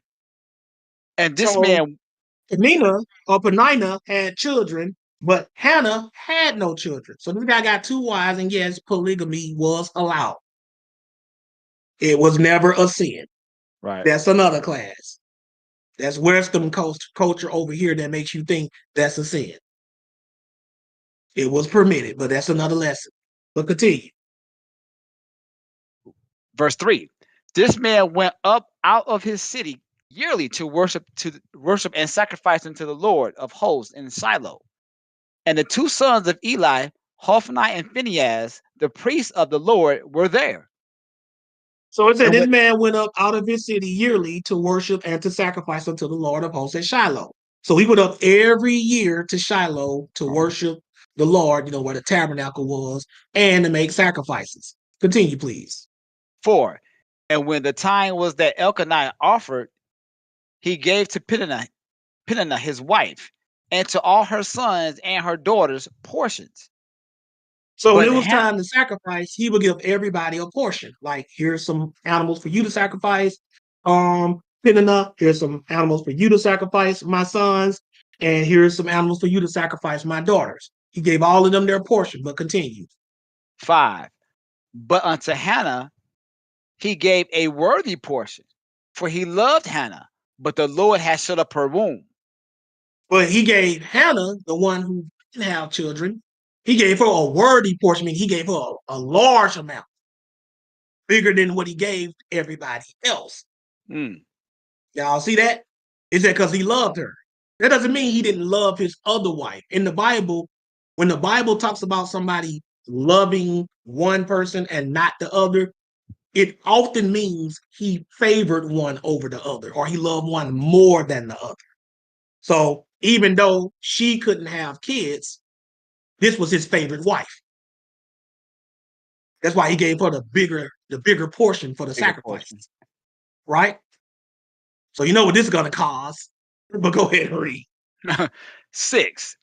And her adversary also provoked her sore, for to make her fret, because the Lord has shut up her womb. What's our adversary right here, Kevin J? That's Peninnah. Peninnah, the other wife. Yep. See, she was jealous of the favoritism that he showed toward Hannah. Right. So she got in her bag and started attacking Hannah and trying to make her feel bad for not being able to have any children, which back in the day was a big deal. That was a woman not being able to have children was like she was cursed. Mm-hmm. See, this is a proof of polygamy, and yet also a good passage to go to teach against it. Because this is what happens when you have more than one woman in the house, and they all compete for your attention. Talk to them. That's why I tell y'all, Brother Josh, do not want more than one wife. I would not want that trouble. I would not want that trouble. I don't care if it was legal or not. Miss me. I don't care what women say. Women been vicious since the beginning of time when it comes to a man and another woman. Mm-hmm. They are cutthroat. And they told you why she did. Notice they called her adversary. A more modern day word would be rival. They were rival wives. And they told you why she did it. It says, because the Lord has shut up her womb, and it said to make her fret. In other words, to make her feel bad, to make her worry. Mm-hmm. But why would she do that? Because the husband favored Hannah. Elkanah favored Hannah. Yeah. Hey, Josh, can I ask something real fast? Oh, go ahead, Jeff. Yeah, and keep in mind, these women knew the word. And so imagine having wives these days, more than one wife these days. And man. They were going at each other's throats. Yeah, so these days is even worse. So I'm in agreement with you guys when I wouldn't more than one myself. No. They were cutthroat, and they were real competitive back then. And let me tell y'all something. The way this world is going now, especially with them trying to put these paternity tests out here, bro, my young men and my older men, because this is going to eliminate a lot of the bull that these wicked women plan. It's going to make them have to make them come more correct. Don't be surprised, brothers, if you got 5 or 6 women petitioning you to be their husband. They're about to get cold out here. Talk to them. It's about to get cold in these streets, and these women don't know. Yo, I need a man. You're going to have all kinds of suitors. It's about to become a buffet out here for the young brothers. I'm just telling y'all now. Y'all heard it from me first. Y'all finna have to pick of the litter. Some of y'all going to have to double up. There's not enough men, y'all. I'm just telling y'all the truth. Women outnumber men. Always have. Yep. Facts. It's just not enough. Right? But I'm just letting y'all know that if you're married right now, sisters, and you got a good, decent man, you better not let him go, because there's another woman or 15 waiting in the shadows to jump on him as soon as you drop him. I'm just letting y'all know, if you married and got a good one. Don't sit up here thinking, oh man, yeah, okay. It's about to become a barren desert out here, and they thirsty. It's a barren desert. It's about to become a barren desert. It actually already is, as low key as it is. Like, this is the illusion that they've been trying to make you think. That's the illusion. But it's always been this way. Like, women who are wise, especially if they got a little age on them, like you 35 or older, any woman who's 35 and older and is single, she will tell you finding a good one is hard, and the ones that are decent, they fighting. They are literally, when I say fighting, I don't mean just competing. They literally throwing hands for the good ones. They literally thought, I saw him first. No, I will I will rip that weave right out your head. No. I'm telling you. So if you already got one, you better hold them tight. You better treat them good. You better treat them good. If you got a good one. Now, if he's sorry, you know what I'm saying? But if he's a good one, You get rid of them if you want to. You're gonna have about 3 of them around the corner. Appreciate it. You gotta make sure you might make sure you do that class about the polygamy too, just so people don't have questions about that. Oh yeah, I do a Because class on that. everything will be promoting like go get multiple wives. I don't think that's. I'm not promoting it because I don't want it.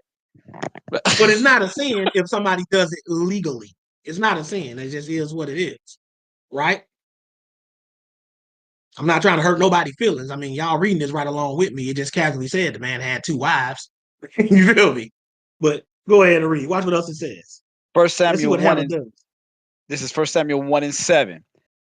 And as he did so year by year, when she went up to the house of the Lord, so she provoked her. Therefore she wept and did not eat. So every year when they went to do this, Penina would be clowning Hannah for not being able to have any kids. That is so messed up. That's petty. Super petty. This woman breaking down, crying and everything. That means this other woman had to be heartless. That's cold-blooded. You can't have no kids. I got his babies. I can have kids for him. Mm-hmm. That sound like today. See, you got a guy, he got an ex-wife, and she got his kids, and the new wife he with, she ain't got no kids with him yet. Or he got a baby mama, and now he with another woman. See, women, when you get a baby by a woman, they know that's a big deal. Yep. It is. Especially if they only got children by you. But when they think there's a possibility that you can have a child by another guy, by another woman, they don't feel special no more. See, there's 2 things you can do for a woman as a man to make her feel special. Marry her or give her a baby. Those are the 2 most special things you can do for a woman. That's right. So if you marry her and then y'all get a divorce and you're dating another woman, she's gonna feel bad if she still, care about you, because now you can marry another woman and she ain't gonna be special no more. Yeah. Or if you didn't marry her, but you gave her a baby and you gonna marry her or get with another woman, even if you're not married to her, she gonna feel the ways because you can get that other woman a baby. Yeah. So once this woman, Penina, saw that Hannah couldn't have no children, but she was still the favorite wife, she tried to make her feel bad. And this is the reason why you got the crazy ex syndrome today. Because the crazy ex is mad that you like this new woman. That's how it is. This is the reason why a lot of women jump up and still try to readjust the child support payments and make you pay more because you don't move on. Most of the time, if a guy just leave and he ain't got no new woman or nothing, they'll just let it be what it be. Second, they find out he was somebody else. Oh, I'm finna hit him up, trying to get some more money out of him. Mm-hmm. Y'all seeing this right here in the book. Both of these women is this man's wife. But because he liked one more than the other, she directing that heat at the wife when she should be asking him, why you like her more than me? What's she doing that I'm not doing? I'm the one giving you kids. But that's what it is. Y'all see these reality shows where guys dressing around, he married and he got a side piece, and the wives sitting there arguing. The women sitting there arguing. Like he ain't got no dog in the fight. Like he ain't got nothing to do with it. This stuff always been a problem. Right? That's what's going on here. But watch what Hannah does, because Hannah is crying. She breaking down this woman's spirit. She got her feeling bad. That's why y'all sisters, y'all can't let another sister get in y'all ear like that to the point where you crying. Oh yeah, I don't seen that happen. I don't have to talk to some sister at ABT about dealing with some women on Clubhouse, and it's to the point where you crying about it. If y'all don't let this woman get in your head, breaking you down. But back then it was it was hard because having children was a big deal. Nothing right? new under the But sun. watch what. Nothing new under Go the ahead. sun. I said, Nothing new I under the sun. understand. Yeah, nothing new. It's still going on today. Yep. But read the next one. And basically, But Nina was a hater. Yeah. She was a hater. That's what right? it is. And did y'all know, if you look up the Hebrew word translated enemy in the Bible, it literally means hater. That's what it says. Hater. It means hater. Your enemies are your haters. It literally means that. Look it up when you get a chance. So when it said her adversary, that meant her hater. Mm-hmm. When people hate on you, that's your enemy. Why am I telling y'all this? Because a lot of y'all surround yourselves with so-called friends who be hating on you. Anybody who hates on you is your enemy. Women do that a lot. Y'all need to know that. Yeah, women do Y'all that need to know that. And women do that a lot. Women hate on each other a lot. That's what they do. Right? I don't dated women before. They won't, because I got a baby mom. Right? I told y'all that. I don't try to hide my past sins. I told y'all what I did. But for some reason, every woman I ever dated, not slept with, but just dated, after then, they all, when I go to drop off my son or pick him up, they want to go with me because they want to see, not meet her, just see my baby mama. And I wouldn't let them do it. Why? Why you need to see her? I'm not with her no more. I'm not doing anything with her. Why you want to see her? Because they always want to know what they up against. Yep. They want to see how they measure up. Why don't you want to let me go? What you need to meet her for? And then they get mad if you bring her around too. Oh, first you want to meet her. Now you're mad if I bring her around. You feel me? Why she always over here? You follow what I'm saying? Well, she picking up her son. Nah, she ain't got to come over. I'm telling y'all, wait till I do this course. Oh, y'all paying for this, by the way. This ain't gonna be no free course, by the way. But I guarantee you this, like I guarantee everything else, when we do this course on femininity and all of that, I guarantee you, if you go out in that world and apply this information I'm gonna give y'all sisters, you're gonna have guys lining up to marry you.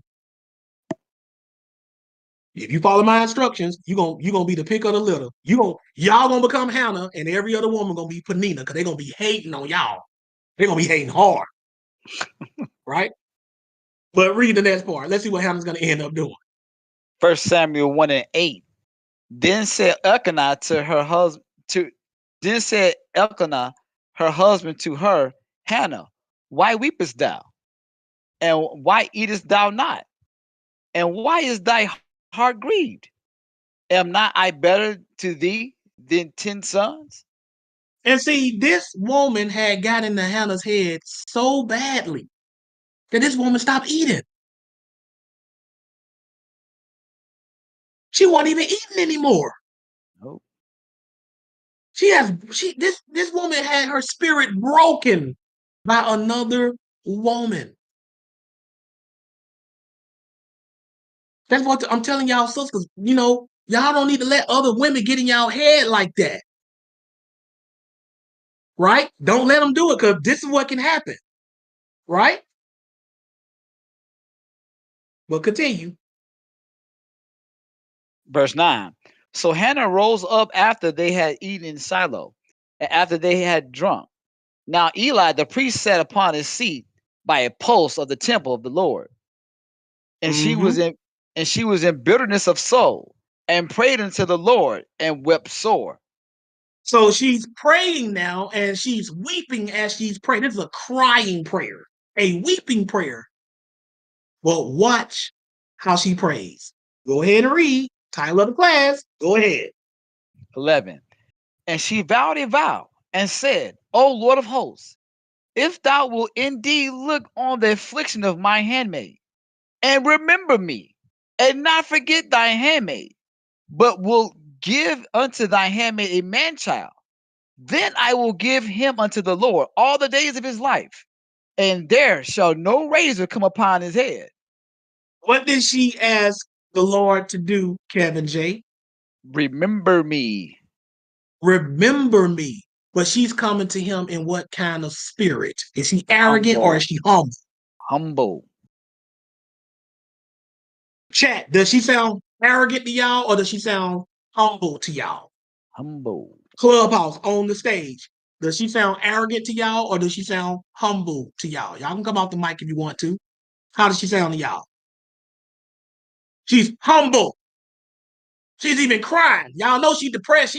She broken, She's right? broken. She She's said, low. if you will indeed look on the affliction of thine handmaid and remember me and not forget thine handmaid, but will give unto thy handmaid a man child, then I will give him unto the Lord all the days of his life, and there shall no razor come upon his head. And she later gave birth to Samuel. Yep. Let's see if her humility in asking God to remember her answer her prayer. Skip down and read verse 19. This is 1 Samuel 1:19. And they rose up in the morning early and worshiped before the Lord, and returned and came to their house to Ramah. And Elkanah knew Hannah his wife, and the Lord remembered her. It said, and Elkanah knew Hannah his wife. That means he had intercourse with her. And the Lord remembered her. Read verse 20. 20. Wherefore it came to pass, when the time was come about after Hannah had conceived, that she bare a son, and called his name Samuel, saying, because I have asked him of the Lord. And that's what the name Samuel means. Asking of the Lord. That's my legal last name, Samuels. When you use the name Samuel, it literally means you're asking something of God.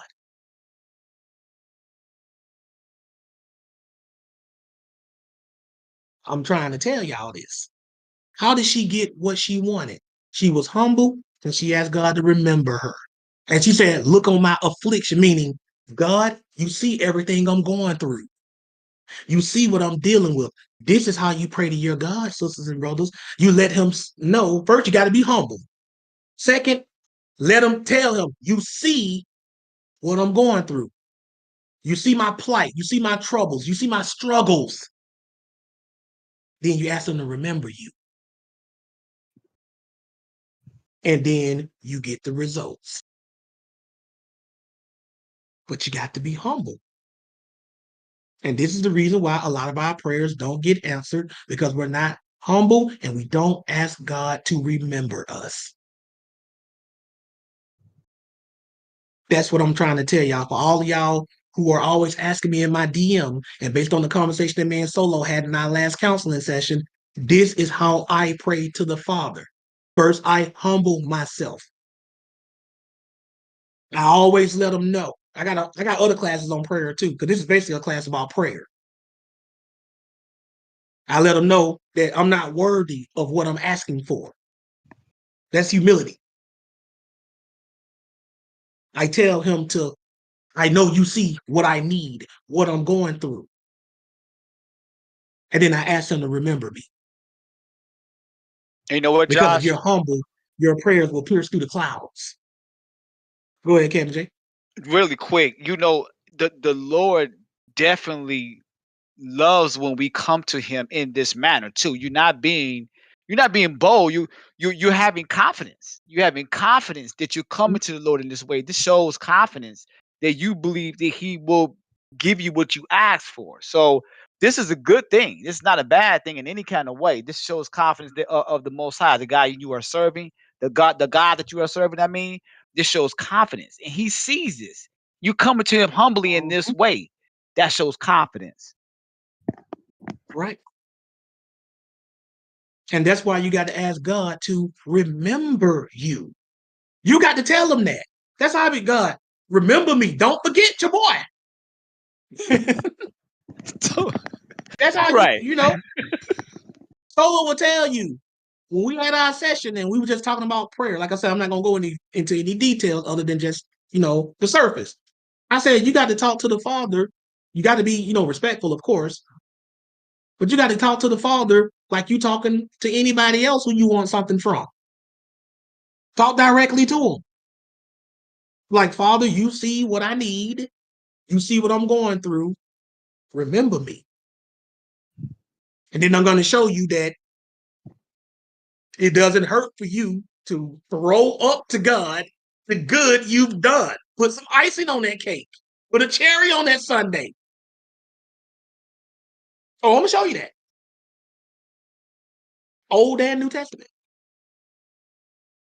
That's what we're supposed to do. People say, you don't supposed to bring up your good works to God when you're praying to him. Old and New Testament. Old and New Testament. That's how you pray to God. See, the church don't even tell you that.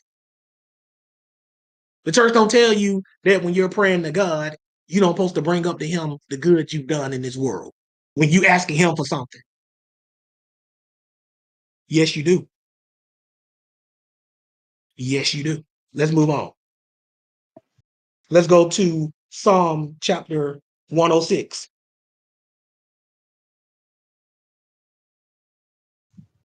And I love it when people ask me, Brother Josh, how do you pray? Because number one, that means they want to know how to pray. Because if you want to know how to pray, that means you want to pray with results. Because y'all don't need me to just tell y'all how to just ask God for something. You know, Father, will you do this for me? Father, will you do that for me? Y'all know how to do that. That's not what people mean when they ask me, Brother Josh, how do you pray? When somebody asks you, how do you pray? They mean, how do you pray and get results? That's what people are really asking you when they ask you that, Kevin J. They're not asking you how to pray. We all know how to pray. We all know how to ask for something. We all know what we need, at least on the surface level. They're asking you, how do I pray in a way that makes God give me what I'm asking for? How do I get his attention? This is what this class is about. How to get his attention. Wait a minute, Josh. How to get his attention? Let me show y'all something. We're going to go to the Strong Exalted Concordance. What we're going to do is we're going to look up the word translated remember in the Strong Exalted Concordance in this verse in 1 Samuel 1 and 11. The word translated remember in 1 Samuel 1 and 11, the Strong's Exalted Concordance, and that's 2142 in the Hebrew section. It's going to surprise y'all when y'all see what it means. 2142 in the Hebrew section of the Strong's Exalted Concordance, and the word is zakar. Zakar. And it says, a primitive root properly to mark so as to be recognized. And after that, it just means remember, make memory of. But notice that the first definition, Kevin J, of the Hebrew word remember, it means to mark you. You will not be forgotten. So when you're asking, so when you ask God to remember you, when the Hebrews were asking God to remember them, they were saying, put a mark on me. Mm-hmm. Now, you mark a place in the Bible so you won't forget it. A bookmark. That's why they call it a bookmark. Y'all ever notice what a bookmark is? Or you mark something, meaning you acknowledge it. In fact, that's one of the definitions of the Hebrew word. You acknowledge it. Matter of fact, let me read it. Because I said it's about Roman reigns. Look at this. We're going to read some of the rest of this. Look what it says. Remember I said that? It says that it was remember by implication to mention, right? It says be mindful, record, to be remembered, remembrance. So and this also says so as to be recognized. So that means acknowledge me, God, mark me. There's a lot of people walking around here unmarked. See, if you ask God to remember you, he's putting a mark on you, okay? I'm going to put this mark on you so you'll stand out in the crowd of people. He's marked. That's what you want to be. You want to be marked by God. This is what people don't get. That's what you're really asking. Mark me, God. Acknowledge me. Don't forget me. But let me show you. This is Psalms 106, 1-5. So y'all can see this. Remember me, Lord. Put that in every prayer. You know, in Jesus' name and whatever name you use for the Son. And remember me. Don't forget me. And then I'm going to show you other stuff that you add to it. Psalm 106, 1-5. Go ahead and read. It's a Psalm of David. Go ahead. Praise ye the Lord. Oh, give thanks unto the Lord, for he is good, for his mercy endureth forever. Mm-hmm. Who can utter the mighty acts of the Lord? Who can show forth all his praise? Blessed are they that keep judgment, and he that doeth righteousness at all times. Mm-hmm. Rem- Go ahead. remember me, O Lord, with the favor that thou bearest unto thy people. O visit me with thy salvation. Notice what David is doing. What is David asking God to do? Remember him. Remember me. Mark me. And he even gives a reason. And he said, mark me or remember me, O Lord, with the favor that thou bearest unto thy people. In other words, remember me the same way you favor your chosen people. So David is giving specific about how much he wants God to remember him, because God said he would never forget his chosen Israel. Amen. So David said, remember me to that extent. When I pray to God, that's what I'm going to ask. Right. Remember me like you remember your chosen or your elect. I'm showing y'all how they did it. Remember me, right? Read the next verse. 5. That I may see the good of thine chosen, that I may rejoice in the gladness of thy nation, that I may glory with thine inheritance. He's even given a reason. Mm-hmm. Remember Specific. me. Let me stay alive long enough so I can see the glory of your inheritance. That's powerful. Right? Sometimes you got to give God a reason. You struggling with some type of ailment that could be life or death. You in the hospital, you pray, God, remember me so I can be around to see my grandchildren grow up or to see my children grow up. Get real specific. Tell them why you want to be remembered by him. That's what he did right here, didn't he? Yes, sir. That's powerful. He didn't say remember me so I can get into heaven. This is something pertaining to here. You got to get real direct. Why do you want to be? Why should I remember you and raise you up out of your ailment so I can be around to see the glory of my children grow up or my grandchildren? Or so I can spread your holy name to others. That's what Hannah did. Hannah told the Lord, if you remember me, I dedicate my son to you. See, they be giving God reasons to remember them. Right? That's what you're supposed to do. Yes, sir. God, if you raise me up out of this, I'm going to spread your name. If you remember me and raise me up, I'm going to spread your name. Everybody going to know who you are. I prayed to him. I said, God, as long as you keep, if you can't think of any other reason to keep Brother Joshua on this earth, let it be that I will preach this word to the best of my ability as long as I got breath in my body. Remember me, Lord. Let's go. I said that before. And he answered that prayer.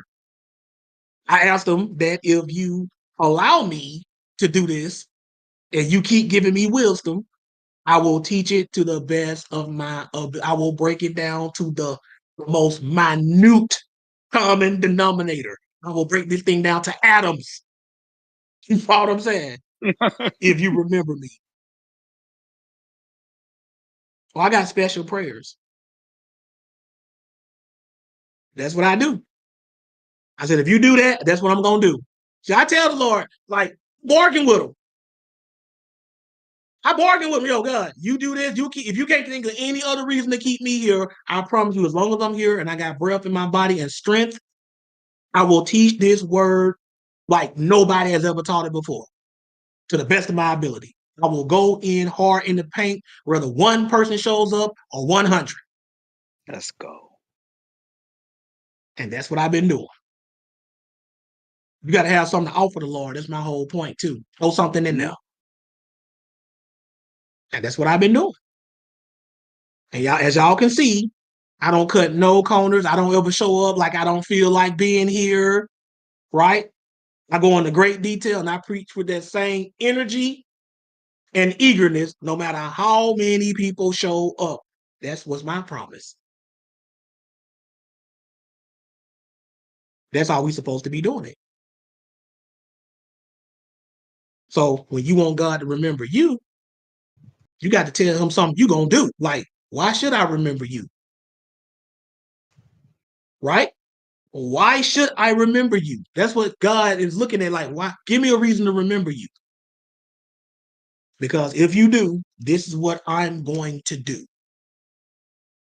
That's what David, this is the reason David gave. Y'all seen the reason Hannah gave. Hannah like, yo, I can't even have no sons. But if you remember me and give me one, I'm going to dedicate him to you. He's going to be a Nazarite. Ain't no razor going to touch his head. He ain't going to drink no wine. He's going to be consecrated. In other words, dedicated to you. And God said, bet. And she got the child. I made a prayer to God. Kel Brother does prayed with me. I said, I'm tired of dealing with these Israelites. I said, we want a Christian crowd, traditional Christian crowd, because we think they need to hear this the most. Man, me and Kel Brother does, we prayed this publicly. Months later, God sent us Gideon, and Gideon opened that up. That's how that goes. And I made a promise to him. Hey, yo, you give me that crowd, I'm gonna teach them. Mm-hmm. That's how I am. Remember me, Lord. But I always ask God, remember me. Every prayer, remember me. Let's move on. Still in Psalms. Go to chapter 13, verse 1. Turn back all the way 13. I'm there. See, I'm teaching this stuff because they ain't gonna teach you this at the church. No, sir. See, y'all haters. They don't want y'all to know this. That's why they come here and they try to throw y'all off and be disruptive and stuff. Satan don't want y'all to know how to really pray to your God and get results. Exactly. So he's gonna try to come here and throw y'all off. Oh, don't listen to him. Who is this guy? Get to the scripture, blah, blah, blah. But see, God blessed me with mods too. Because of mod, because you got God and God gave you mods. You know what I'm saying? Almighty God and Almighty mods. You follow what I'm saying? Get them up out of here. God supposed to be. I'm telling y'all, man. Psalm 13. Always ask them to remember you. And I'm going to show you and give them reason to remember you. Give them reason. Put it out there. Right? Legitimate reasons. Because, you can't lie to the Lord. No. Don't be going to the Lord praying to him to about stuff he ain't even did. Don't be stupid. Psalm 13, we're going to read 1 and 2, and then we're going to skip. Go ahead and read. Psalms 13 and 1. To the chief musician, a psalm of David. How long wilt thou forget me, O Lord? Forever? How long wilt thou hide thy face from me? Wait a minute. This is David. This is the same David that was saying, how not to be forgotten. Mm-hmm. So why is it that David is saying, how long wilt thou forget me, O Lord? Forever? How long would I hide thy face from me? How did David go from the Lord remembers me and the humble to, God, how long you going to forget me? See, David sinned. Mm-hmm. And when he sinned, remember that sin that David committed? Oh yeah, Bathsheba, boy. He killed Right? Uriah. Uriah, her husband. Right? See, I'm going to do another class showing y'all that every time you break God's law, he considers you being arrogant when you do that. So when David broke God's law, he was being arrogant. That's the opposite of humble. So when he stopped being humble, God forgot him.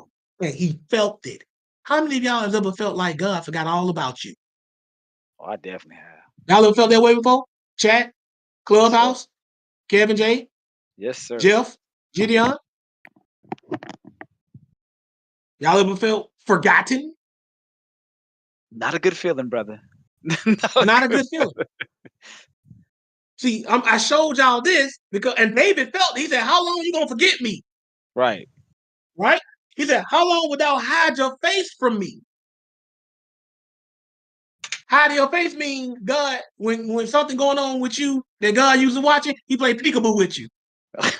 This is hiding your face, right? That's what it means. I'm not even looking. I don't see that. No, I don't care that you're sick. I don't care that you're having financial problems. I'm not looking. That's what hide your face mean. You don't want God to do that to you. You start acting like you ain't got no sense. Next thing you know, you look up at God, he like this. Man, he ain't even watching exactly. Because you're not listening. See, when you stop listening, God stop listening to your prayers. You follow what I'm saying? That's how that goes. But watch what else he says. Read verse 2. 2. How long shall I take counsel in my soul, having sorrow in my heart daily? How long shall my enemy be exalted over me? How long shall I take counsel in my soul, having sorrow in my heart daily? Like I'm always depressed, man. Right? How long shall my enemy be exalted over me? See, David made the Lord forget him. It wasn't permanent, but it was enough for him to start whining about it, wasn't it?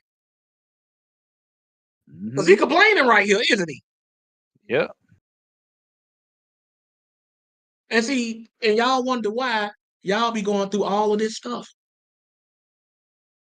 Y'all wonder why y'all be going through all this stuff.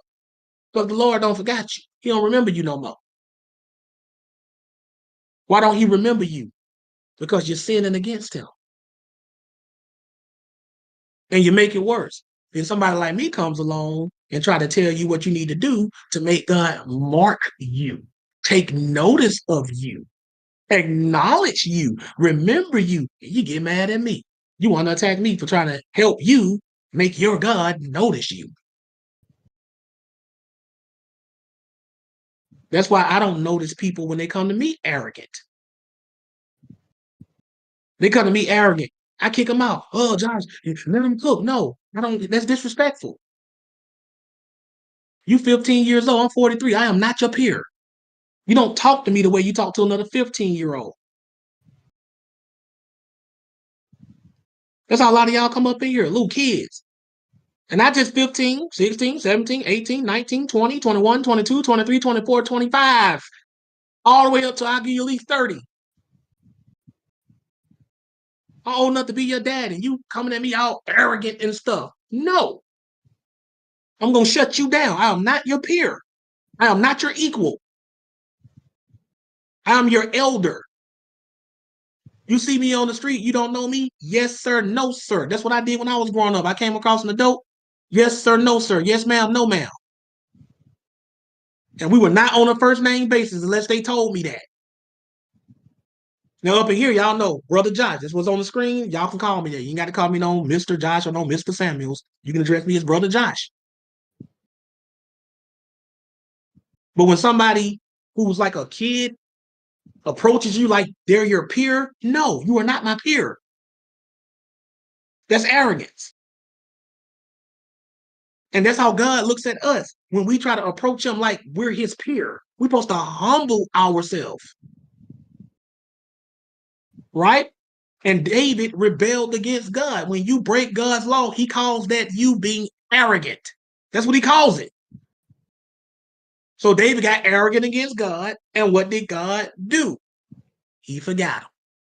And he forgot him for so long, David even started asking, man, how long are you going to keep this up? Do y'all see this? Do y'all want to feel like this? Do you want to be that one standing in your room at night? God, how long I'm going to go through this? Do y'all want that?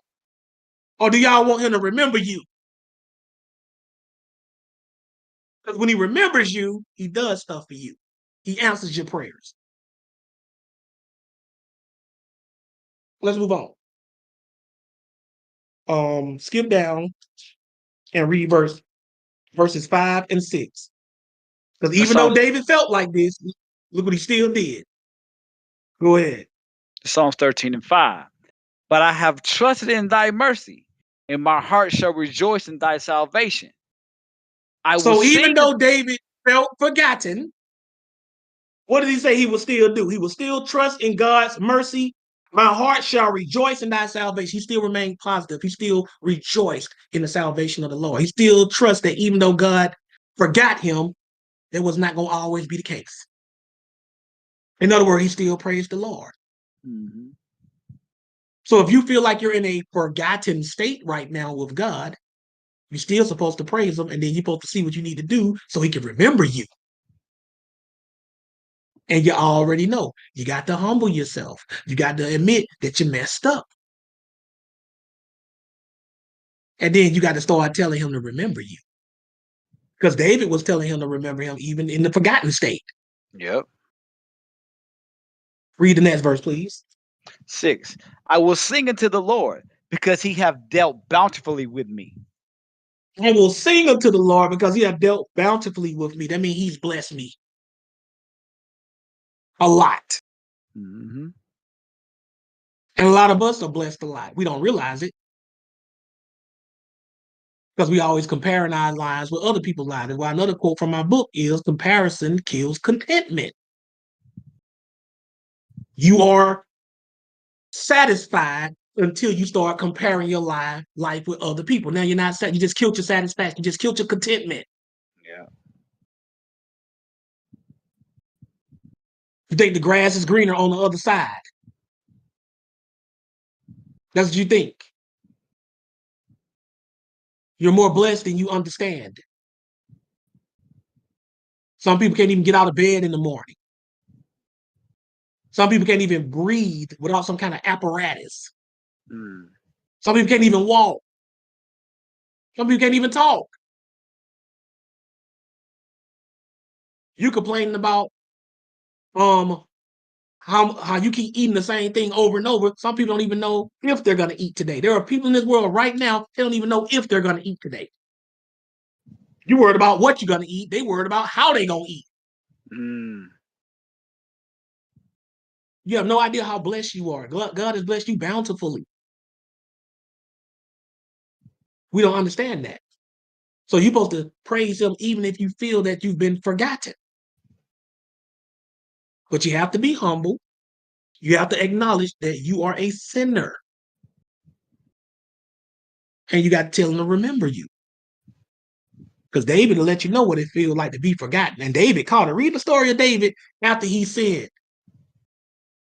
God put David through hell. He said, the sword shall never depart from your house. It means it's going to always be drama and violence in your house for what you did. Right? But David acknowledged that he had it coming. David humbled himself, though, to his punishment. Let's move on. Still in the book of Psalms. Let's turn back to chapter 25. Y'all better tell him to remember. Remember me, Lord. Don't forget about your boy.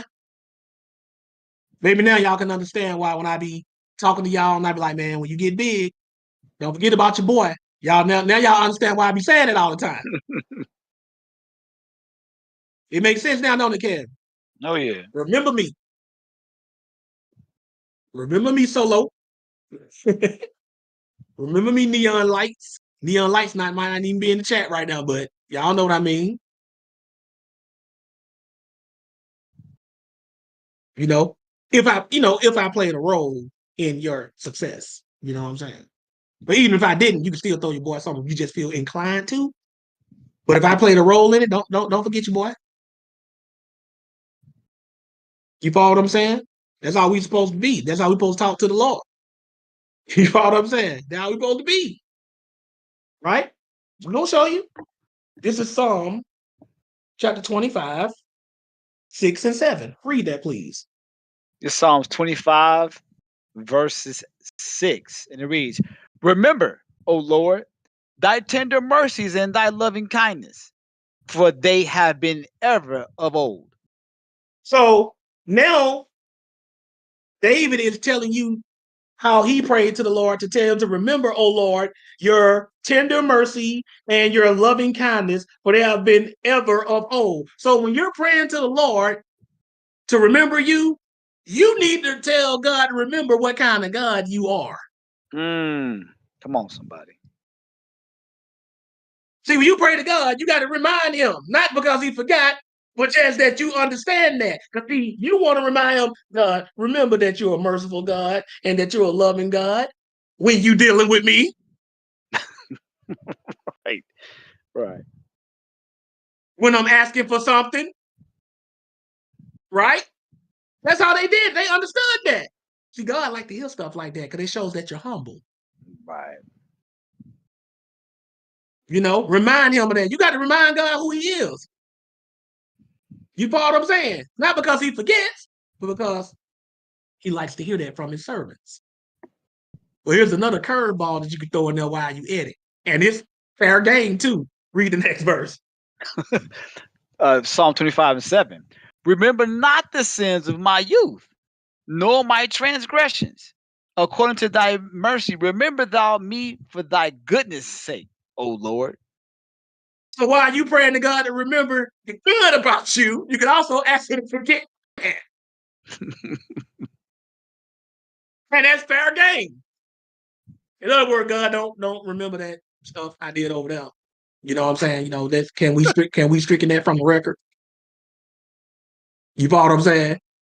Remember me for thy loving kindness sake. That's what he said. He said, remember not the sins of my youth. He's asking God to forget the sins he did in his past, because your youth is your past, right? That's right. You mean to tell me when you're asking God to remember you, it's okay for you to ask him to remember your good and forget your bad? Yes, according to his mercy. Mm-hmm. You ask him to do it according to your mercy. See, that's how I be. God, can you please overlook that last thing I did according to your mercy? Can we remove that from the record? Any preacher ever told you can pray to God like that? Like specifically ask him to forget the wrong that you did. Y'all tell me in the chat they ever told you that. Yes, sir. Excuse me? That means based on how merciful he's feeling to do what you ask him to do. And the Bible says God is a merciful God. So if I ask you, Gideon, to forgive me, you know, like if I did something to you and I say, forgive me according to your mercy, Gideon, but let me remind you, Gideon, that you claim to be merciful. So it's almost like I got you stuck. You feel me? Because you say you got a lot of mercy and I'm asking you to forgive me according to that.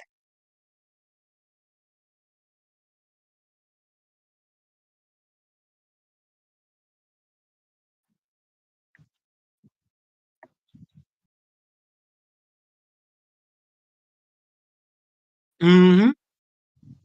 Yep.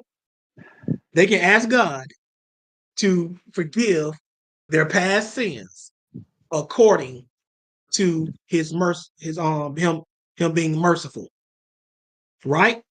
And he will do it if they repent and stop doing that, and he will remember them. So when you pray to God, it is okay. It is permissible.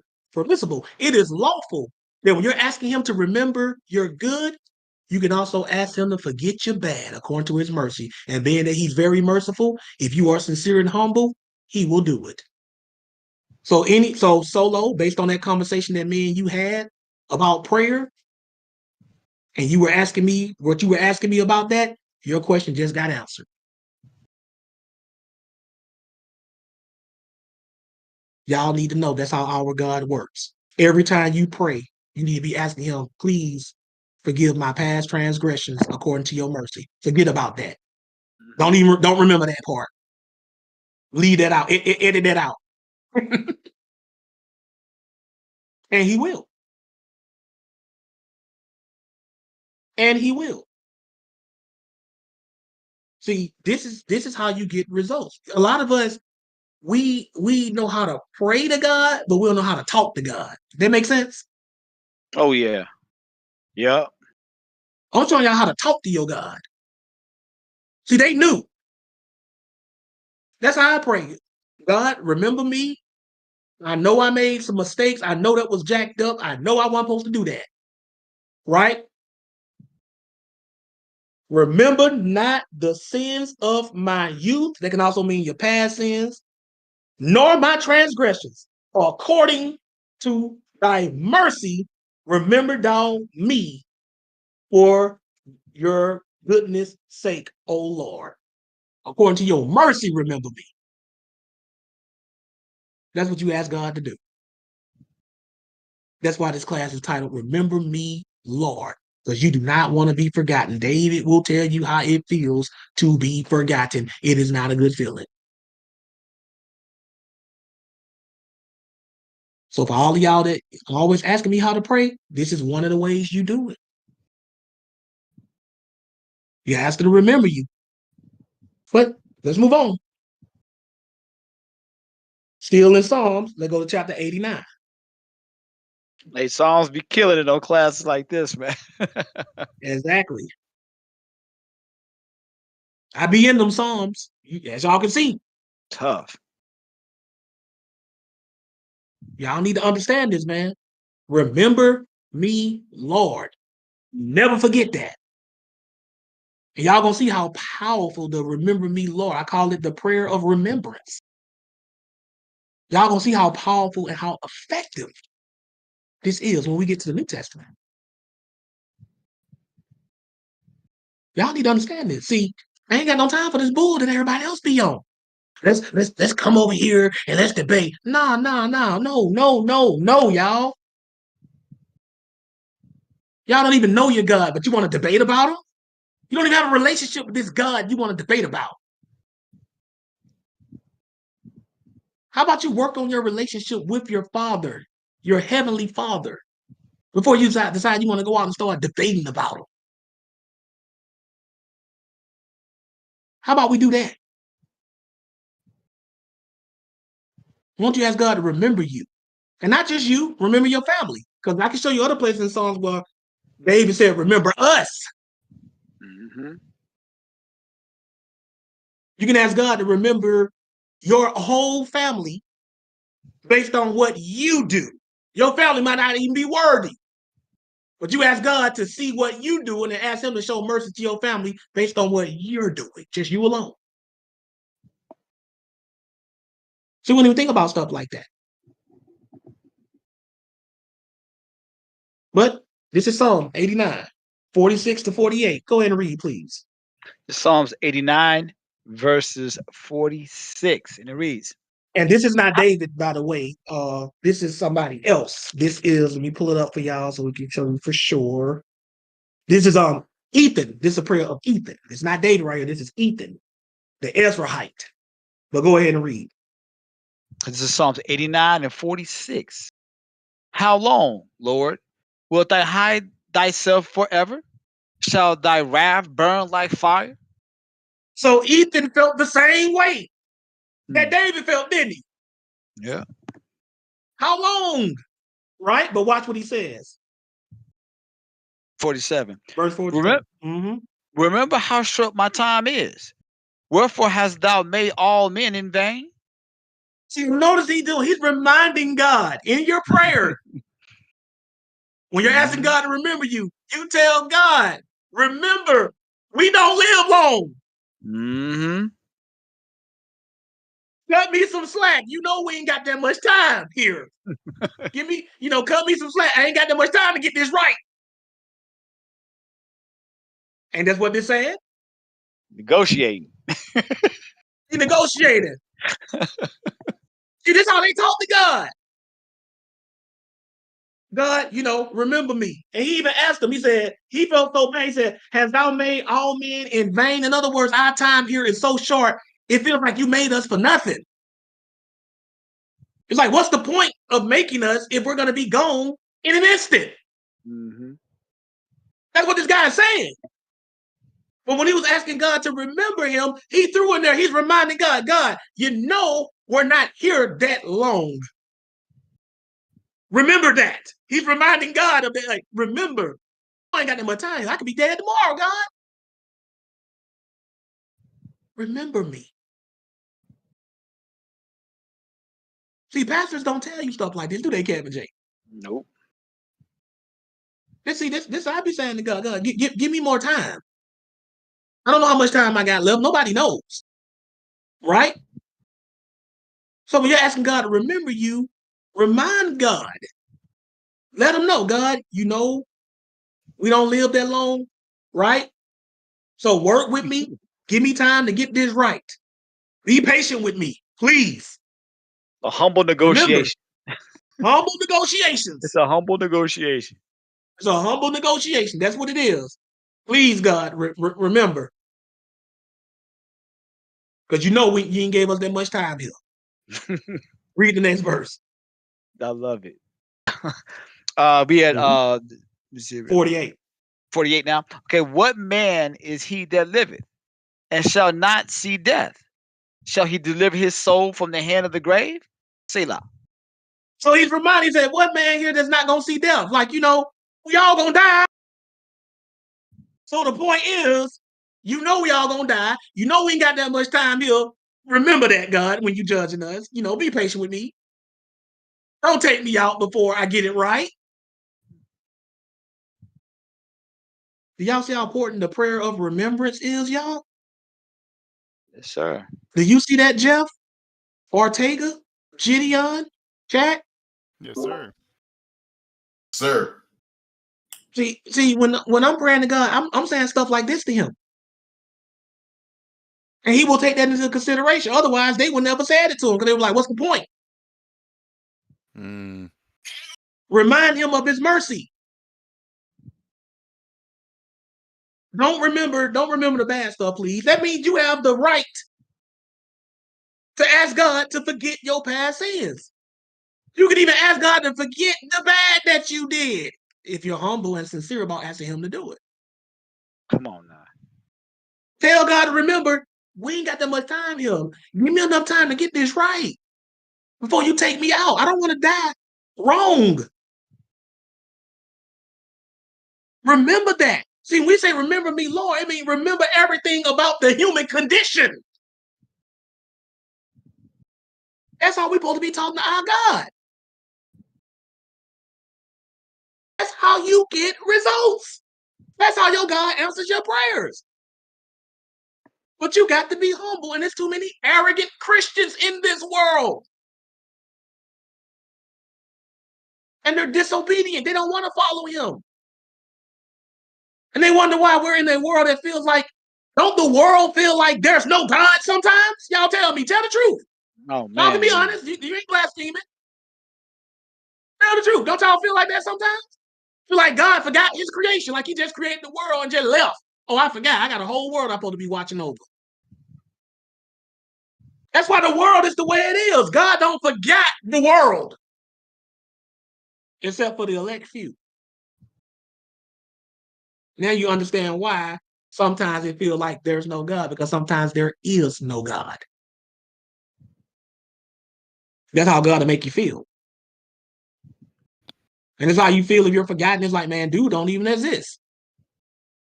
Feel like he ain't even there. Oh, we got classes on that too. Whole class on that. But this guy letting you know, in the prayer of remembrance, remind God that my time is short here, God.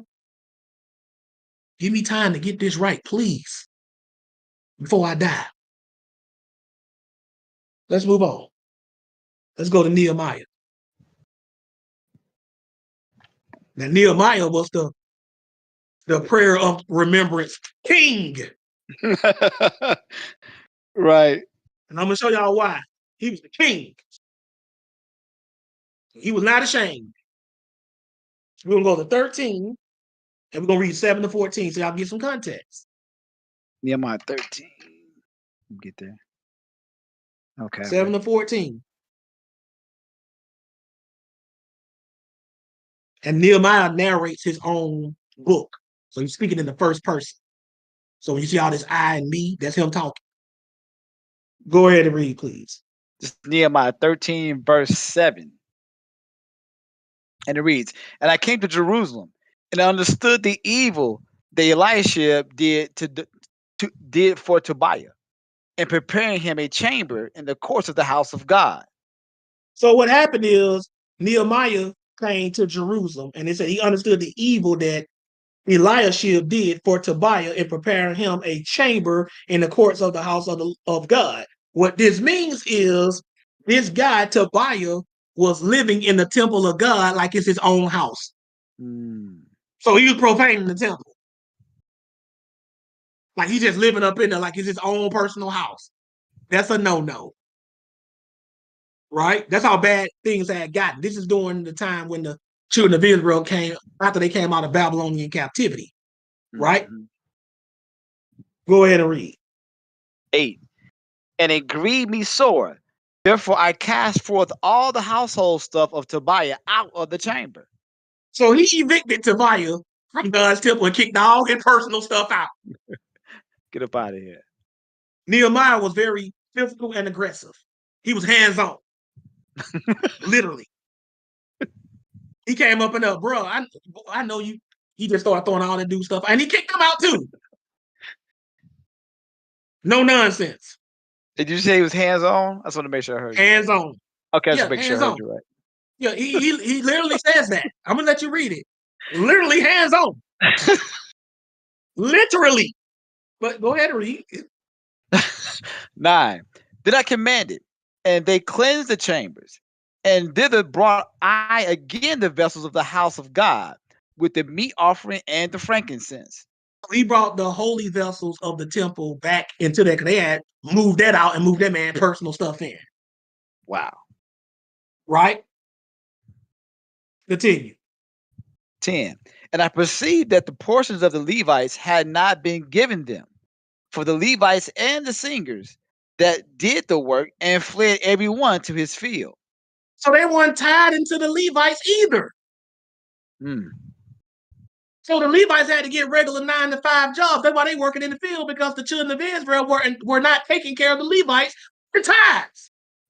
Right. They're not So supposed Nehemiah to had to come and correct that too. Y'all ain't even taking care of God's priests. See, back in the old days, the priests didn't have to work at all. They didn't tithe them money. They tithe them just food and stuff like that. But it was still the same concept. You ain't got to worry about working.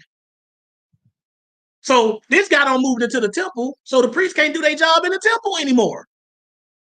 So that means they ain't doing their job in the temple. The people ain't got to take care of them anymore. And the people not taking care of them anymore, they got to do a regular 9-to-5. See, God never wanted his priests to work, not regular jobs. Their job was to do God's work, and the people took care of them. Right. I don't have a problem with that. I just have a problem with people taking care of preachers that's not doing their job. I don't care if the preacher lives off the whole congregation and they take care of everything. I don't care how much money they give them. That's their business. I don't count people's pockets or their generosity. I don't care. That ain't none of my business. All I'm saying is y'all don't do that for somebody who's not doing their job. And the priests could not even do their job, so they had to go work in the fields and take care of themselves. So Nehemiah like, no. But go ahead and read. What's he going to do? He's going to correct all of that. Go ahead. Nehemiah 13 and 11. Then contended I with the rulers and said, Why is the house of God forsaken? And I gathered them together and set them in their place. And then contended I with the rulers, meaning I argued with them. The people who was ruling over Israel and got all this stuff all out of order. Right? Why is the house of God forsaken? Y'all ain't even taking care of God's house. Y'all ain't taking care of God's people. You're not taking care of God's house, and you're not taking care of his priests. So that was an issue back then. They knew you always take care of God's priests or the guys who are in charge of spiritual matters. They knew that back then. So there was a big slap in the face when Nehemiah came down here and saw all of that. But continue reading. 12. Then brought all Judah the tithe of the corn and the new wine and the oil into the treasuries. Then brought all Judah the tithe of corn and the new wine and the oil unto the treasures. That's like the storehouse. Because this is what the Levites would live off of. And of course, y'all know the Levites also lived off the sacrifices, right? So he's giving them back their bread and butter, their livelihood. That's what he's giving them back. And what else he gonna do? 13. And I made treasurers over the treasuries, Shelemiah the priest, and Zadok the scribe, and of the Levites, Pedadiah. And next to them was Hanan, the son of Zarakar, the son of Mattaniah, for they were counted faithful, and their office was to distribute unto their brethren. So he set up these Levites over all of his tithe, and he made sure that they distributed the tithes to their Levitical brothers. That's what he did. So Nehemiah came, that's a lot of good stuff he did, didn't he? Yep. Right? Read verse 14 and watch what he says. Remember me, O my God, concerning this, and wipe not out my good deeds that I have done for the house of my God, and for the offices thereof. Wait a minute. You mean to tell me Nehemiah is bringing up something good he did to God? He throwing it in his face? Is that what we're reading, y'all? Y'all tell me before we continue. He said, remember me, oh my God, concerning this. I mean, all this stuff I did, this good stuff I did, and wipe not out my good deeds. So he's bringing up his good deeds, right? That I have done for the house of my God, for the offices thereof, and for the priests. Remember me. Give me credit for that. Mm-hmm. Is that what he doing? Chat on Clubhouse, That's what on the stage. Is that what he doing? Come off your mics. Is that what he doing? We all see that, right? So we had an advantage, y'all, as believers, because not only are we allowed to tell God to remember the good, but God also allows us to tell him to forget.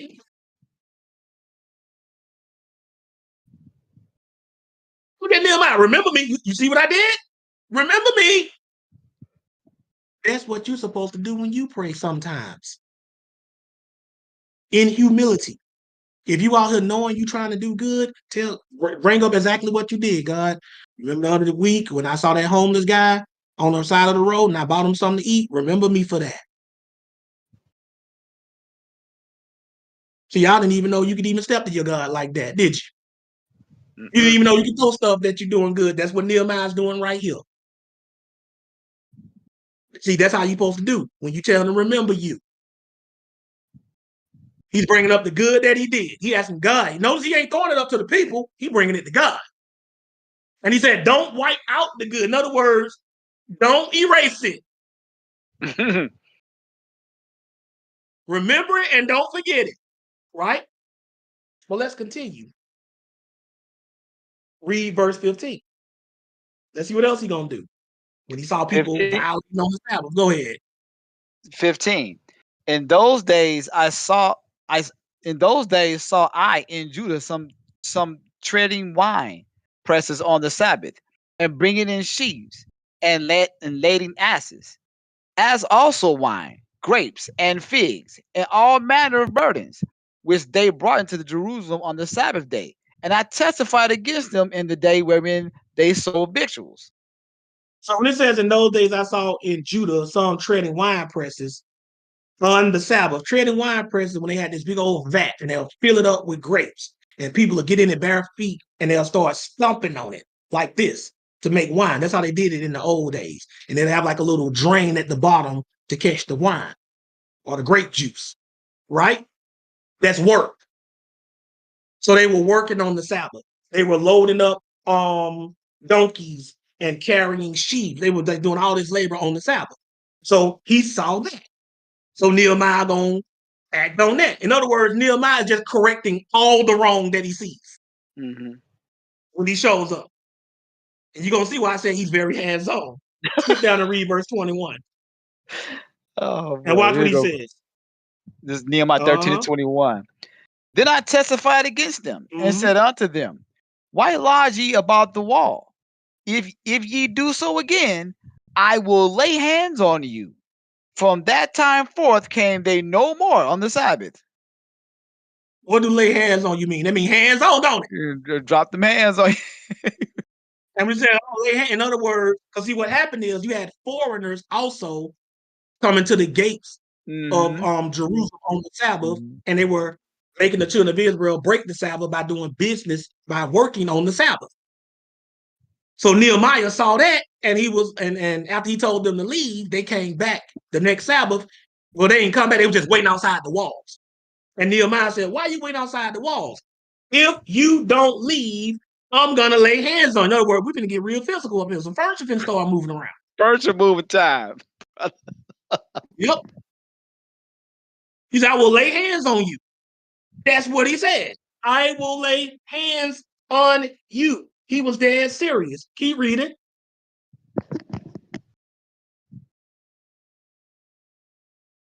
Can y'all hear Verse me? 20 on to. I went out for a little second. Sorry about that. Now. Okay, cool. And I commanded the Levites that they should cleanse themselves, and that they should come and they should come and keep the gates to sanctify the Sabbath day. Remember me, O my God, concerning this also, and spare me according to the greatness of thy mercy. Look what he said. Remember me, oh my God, concerning this also. Nehemiah was taking a tally. He was keeping score. Yep. He said, remember this also, and spare me according to the greatness of thy mercy. Remember, you always put that mercy in there, just like David did, though. Yep. But he said, remember me concerning this also. How I made sure that people kept the Sabbath, and I put Levites at the gate to make sure they guarded the gates. That's what keep the gates mean. That they guard the gate to make sure nobody would come in and defile your Sabbath. He said, remember me for that. See, when you pray to God and you ask him to remember you, you better throw up the good that you do in this world. That's what Nehemiah did. Is this what we're reading here, y'all? Y'all stop me if that's not what we're reading. Stop me if y'all not getting this out of that. Do everybody see that's what he's doing? Yeah. Do everybody see that? We all see that. This is how you pray to your God, the prayer of remembrance. When I pray to God, I throw up, God, you see what I'm trying to do on the Sabbath, how many people I'm trying to teach, how many people I'm reaching. Remember me. Remember me. That's how you're supposed to be. Remember the good that I'm putting in this world. You're not bragging. You're not boasting. You're just asking God to acknowledge the good you do. And he said, and spare me. In other words, like I was telling y'all earlier, when I say, God, if you can't think of any other reason to keep Brother Josh here on this earth, then let the reason be that I'm out here trying to preach this word and tell people about you. Amen. Just like Nehemiah said, spare me. What do you mean spare? Spare my life. Keep me around. Keep me here. When you ask God to remember you, you also need to give him a reason why he need to keep you breathing. Why shouldn't I take you out right now, Kevin J? Give me a reason. Well, Lord, every Sabbath day, I'm here with Brother Josh trying to help him put this word out there to people and teach them more about you. I humbly ask that you see that and remember me for that, alongside anything else that Kevin J does and put out in the good in this world that he put out that I don't know about. That's how you're supposed to be doing it, just like that. Humbly, not boastfully, not bragging, not entitled. Right. And you ask him to do it according to his mercy, because it's still up to his mercy whether he even does it or not. But there is absolutely nothing wrong in telling people that when they pray to God, remind God of the good that you're doing. Remind them of that. That's what we're supposed to do. Give him a reason to answer your prayers. That's what we've been reading. And ask him to remember you. Remember me, Lord, please. Right? Still in Nehemiah, read verses 23 to 25. Nehemiah Let's see what 13. else going on. Mhm. Nehemiah 13:23. In those days also saw I Jews that had married wives of Ashdod, of Ammon, and of Moab. And these are all the nations that God told the children of Israel not to intermarry with, not because of their race, but because of their religion. Mm-hmm. They would turn the children of Israel from worshiping the true and living God. And Right. he noticed that they don't went back to doing that. Nehemiah noticed they don't went back to doing that. So again, got to clean. See, Nehemiah was all about correction. That's what Brother Josh is. All about correction. All about us getting it right. Right. See, that's how I am. See, everything wrong with Christianity. That doesn't mean everything Christianity does is wrong, but I see everything wrong with Christianity, and I come in, I ain't laying no hands on nobody, but I'm laying hands on this and telling y'all the truth and correcting y'all. Cleaning house. Nehemiah literally cleaned house. He kicked that dude out of the house of God. It don't get more literal than cleaning house than that. You ain't lying. That's what cleaning house means when they refer to people. That means you kicking people out. Yeah. He literally cleaned house. He's setting stuff back in order. That's how I operate. Right? Continue. 24. And the children spake half in the speech of Ashdod, and could not speak in the Jews' language, but according to the language of each people. And the children of these bad marriages were so bastardized, they didn't even speak their home language anymore. That meant that culturally, the other nations had conquered them. Because you can't even speak your home language. You only speak the language of the foreigners. So you can see who the dominant side was, right? But continue. 25. And I contended with them, and cursed them, and smote certain of them, and plucked off their hair. Whoa. And I contended. I mean, he fought with them or argued with them and cursed them, meaning he cursed them out. Mm-hmm. But it don't mean the way we mean it today. Like curse them means like, wish bad on them for what they were doing. Right. Right? And it says, and pluck out their hair.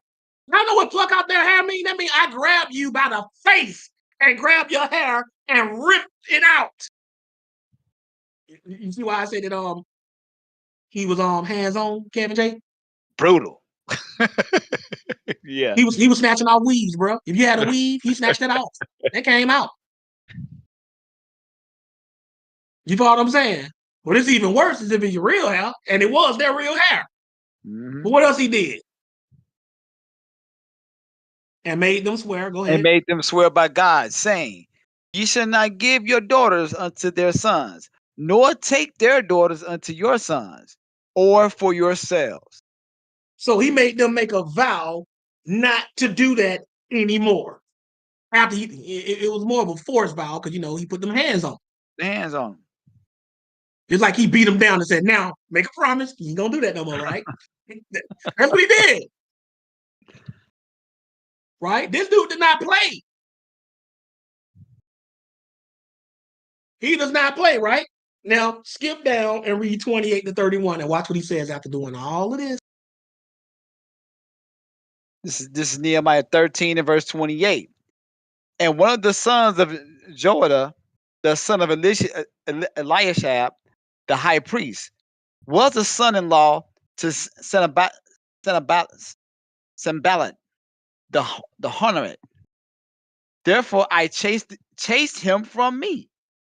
So it says, and one of the sons of Joiada, the son of Eliashib, the high priest, was son-in-law to Sanballat, the Horonite.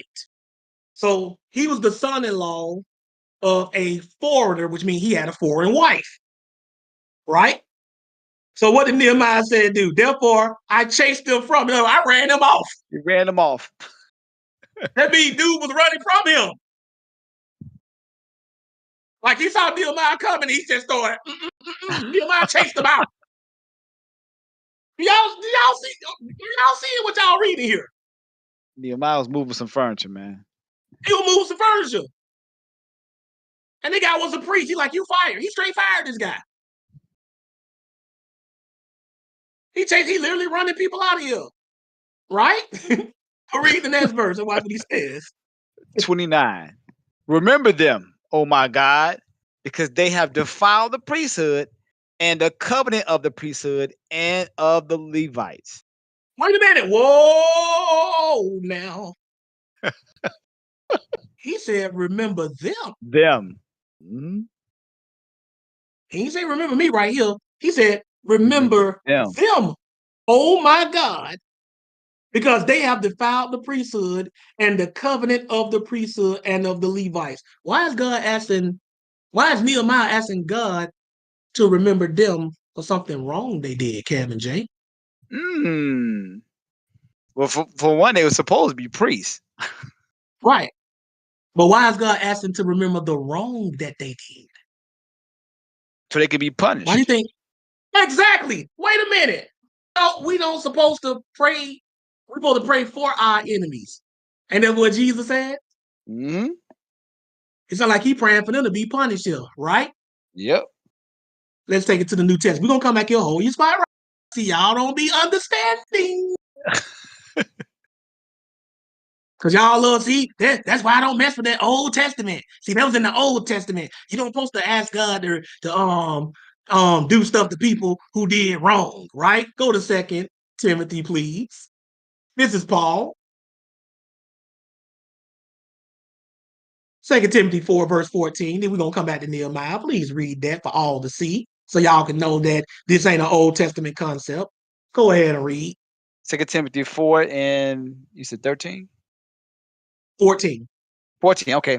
2 Timothy 4 and 14. Alexander the coppersmith did me much evil, and the Lord reward him according to his works. Paul said, Alexander the coppersmith did me much evil. The Lord reward him according to his works. What is Paul asking God to do to Alexander the coppersmith? Punish him. He said, reward him according to his works. That means punish him for what he did. Yep. That's New Testament. So it's not a sin for you to ask God to punish people for what they do to you. I bet y'all thought you couldn't even do that. See, you can pray for your enemies. It said forgive them and pray for them. Don't hold a grudge against them. But you can also pray that God reward them according to what they did to you. Punish them for what they did to me. That's what Paul did right there. Paul said, Alexander the coppersmith did me much evil. Reward him according to his works. In other words, punish him for his evil. Mm-hmm. So don't ever let a Christian try to make you think that if somebody is doing you wrong and you're praying that God get them for what they did to you, you're not a Christian. That's not Christian. I guess Paul wasn't a Christian then. Right. I just wanted to point that out because people think praying for the downfall, not the downfall, but the punishment of your enemies for what they do to you, that's not very Christian-like. Well, that's what Paul just did right now. That's the same thing he said in Nehemiah. Go back to Nehemiah 13. Should all where to be there? And I told you to hold your spot there. Pick it up at 29 again. And we're going to read 29 through 31. Read that, please. This is Nehemiah 13 and 29. Remember them, oh my God, because they have defiled the priesthood and the covenant of the priesthood and of the Levites. So as Christians, that means not only can we tell God to remember us, we can also ask him to remember what our enemies do to us. And punish them accordingly. Y'all see that? All of this is part of the prayer of remembrance. You can also say in a dispute, when you know you're in the right and your enemy is in the wrong, you can say, God, remember how I did it right and remember how they did it wrong. They said this in the Bible all the time. The Lord judge between me and you.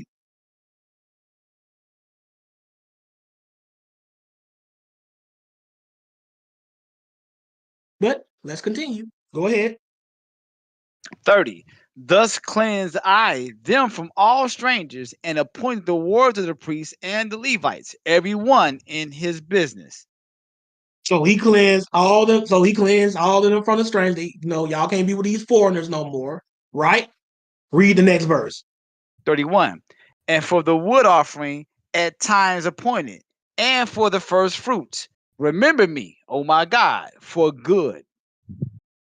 He said, remember me, oh my God, for good.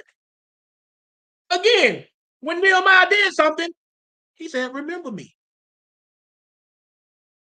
See, when you're out here and you're praying to God, you ask God to remember you for your good. Mm-hmm. Remember me for my good. You remind, even while you're doing it. Nehemiah asked God to remember him right as he did it. As soon as he did it, like you do something earlier today that you know good that God wants you to do. You going to bed praying that night and you praying, God, remember earlier today what I did. I was trying to feed the homeless. I tried to keep it together when I was arguing with my sister. Remember me for the good I'm doing. That's not a sin. That's not arrogant. It's what we're reading. This is what we're reading. We need to understand this, y'all. That's how you pray. That's how I pray. I pray like they pray. I don't preachers that they pray. I ask God to remember me. I pray how they pray. I do it the way they do it. Sooner or later, y'all are going to realize that there is a parallel between what the Bible says and what you're being taught at church. They're telling you what they think, how they feel. I'm showing you how they did it. This is how we're supposed to do it. People say you don't supposed to pray when somebody do something wrong to you. All did. Paul said this guy did me evil. The Lord reward him according to his works. Mm-hmm. Anybody can read through that. He did me wrong, get him for what he did to me. If Paul didn't want that, Paul could have said, Alexander the coppersmith did me much evil. May the Lord have mercy on him. He could have just said that, couldn't he, Kevin? Yeah, but he didn't. No, Paul said, may the Lord reward him according to his works. That's what I say to people who do wrong to me. When I pray about anybody who I know did something wrong to me or one of my loved ones, may the Lord reward them according to their works. Mm. That's what I say. That's what they deserve. Everybody don't deserve the mercy of the Lord. We have the right to say, God, get them for what they did to me. Yes, sir.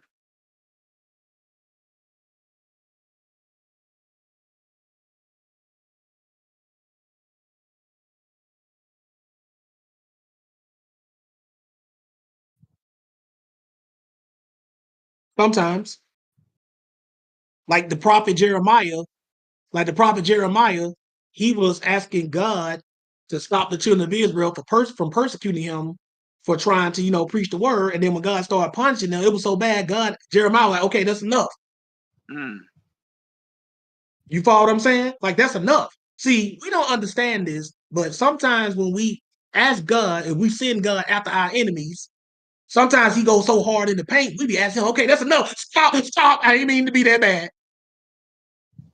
It be like that sometimes.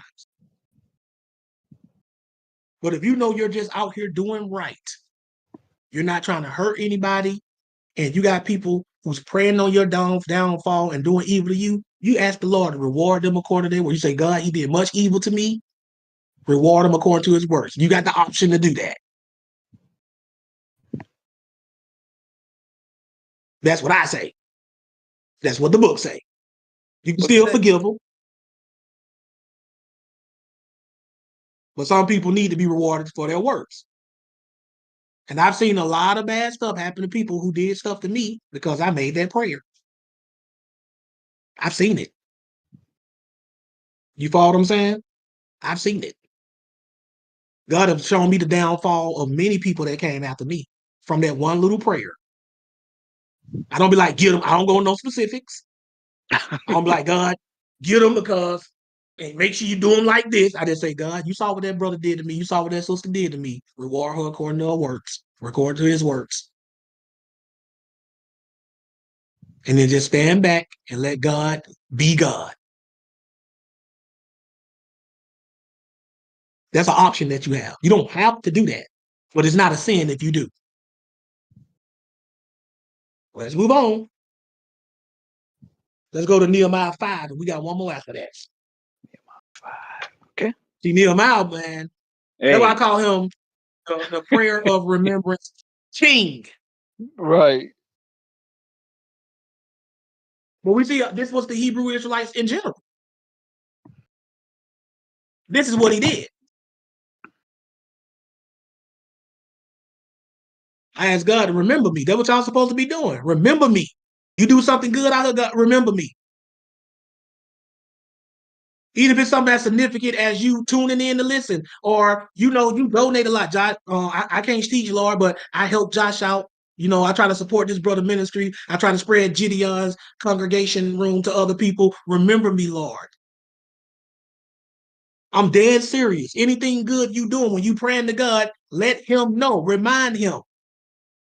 This is how I'm helping out. I'm trying to do my part. You see me. And Nehemiah asked for recognition as soon as he did it. This is not a sin. That's part of the prayer of remembrance. And what I love about the prayer of remembrance is that you can ask him to remember your good and ask him to forget your bad. And he'll do it. Ain't God good? All the time. Ain't that what they say? All the time. You mean to tell me I can pray to my God using the prayer of remembrance, and I'm humble and I'm sincere, and I can ask him to remember and acknowledge all my good and forget all my bad. And if I'm humble and sincere, he'll do that and answer my prayer? And you don't want to worship that God? That ain't a good God? It's a great God. That's a sweet deal to me. He'll forget all of it. If you're really sincere, he'll forget according to his mercy. And he's a merciful God. Tells you on every page. His mercy, it's a whole psalm. His mercy endure forever. His mercy endure forever. You follow what I'm saying? Y'all better make sure when y'all say, remember me, Lord, you ask for forgiveness according to his mercy. You are humble. Humility is the first, most important thing. Mm-hmm. And any good you are doing out here in this world, or to further his word, or whoever you supporting, when you pray, you put that out there. I'm talking to Gideon. I'm talking to everybody who show any kind of financial support, because that's why Nehemiah mentioned what he did with the priests, because the priests are God's people. And he mentioned, I set the priests back up so they can be taken care of. Remember me for that. That's no different than any of y'all donating. And I'm not trying to say new people need to donate. I'm just talking about people who already did, who already do. You put that in your prayer. God, I'm supporting this guy spreading your word. Remember me for that. You can add that in there. You praying to God because you want God to bless you. That's all. Ain't that what Nehemiah was doing? When he put the priest back in place for them to be taken care of, he said, remember me for that. Mm-hmm. How's that any different from y'all helping me, who is a priest, by the way, not a Levite, because all Christians are said to be priests. You can look that up in the New Testament, right? So I am a spiritual priest in that sense of the word, and Jesus is our high priest. So how's that any different from y'all helping me put this word out and asking God to remember y'all for that? Y'all share the video. Y'all like the video. Y'all trying to put this information to other people. Remember me, Lord, when I took this information, I took notes from what Brother Josh put out here, and I went out into the world, and I tried to share it with other people so they can learn about you. Remember me for that, Lord. How's that wrong when everybody was doing it? Hannah did it. David did it. Ethan did it. Nehemiah did it. The prayer of remembrance is powerful if you are humble and you are sincere. Nehemiah chapter 5, 14 to 19. Let's see what else Nehemiah gonna do. Go ahead and read. It's Nehemiah chapter 5, verses 14. Moreover, from the time that I was appointed to be their governor in the land of Judah, from the 20th year even until the 30th year of Artaxerxes the king, that is 12 years, I and my brethren have not eaten the bread of the governor. So he's telling you, says, from that time period, nor me and my brother have not eaten the bread of the governor. That means that, the supplies that he had that was going to be for them. But go ahead and read. Watch what it says. 15. But the former governors had been before me were chargeable unto the people, and had taken of them bread and wine, beside 40 shekels of silver, yea, even their servants bear rule over the people. But so did not I, because of the fear of God. It said, but the former governors that had been before me were chargeable unto the people and had taken of them, so they was taking from them bread, wine. It said beside 40 shekels of silver. So on top of the 40 shekels of silver that they were supposed to take, or in addition to that, they were taking bread and wine from them. It says, even the servants bear rule over the people, over Israel. He said, but so did not I, because of the fear of God. Oh, that's the sign that fear of God keep coming in, Kevin Shane. We're going to do that class. Mm-hmm. Right? Well, go ahead and read. Watch what it says. 16. Yea, also I continued in the work of this wall, neither brought we any land, and all my servants were gathered thither unto the work. It said, yea, also I continue in the work of this wall. This is the wall of Jerusalem that they were rebuilding. Neither bought we any land. In other words, we didn't even try to buy any land so we can settle down and plan the future or nothing like that. So I was 100% dedicated to building up Jerusalem again, right? And all my servants were gathered thither unto the work, and I recruited people to do the same thing. Read the next verse. Moreover, there were at my table 150 of the Jews and rulers, beside those that came unto us from among the heathen that are about us. So he's letting you know how many other people was involved. Read verse 18. 18. Now that which was prepared for me daily was one ox and 6 choice sheep. Also fowls were prepared for me, and once in 10 days store of all sorts of wine. Yet for all this required not I the bread of the governor, because the bondage was heavy upon this people. So even though he was allowed all of this stuff, he said, I'm not going to take it because the bondage were heavy upon the people. It'll be more work for them to have to get all this stuff there. So he's saying, I cared about the people and I cared about the work of the Lord. Even before me buying land to settle down in. I put the Lord first, right? He's telling you what he did. Read the next verse and watch what he says. 19. Think upon me, my God, for good, according to all that I have done for this people. He did it again. Think upon me, oh God, for the good that I have done to this people. That's the same thing saying, remember me. Remember me. He's talking about all the good he did for the people. And then he said, remember me. Didn't he say that?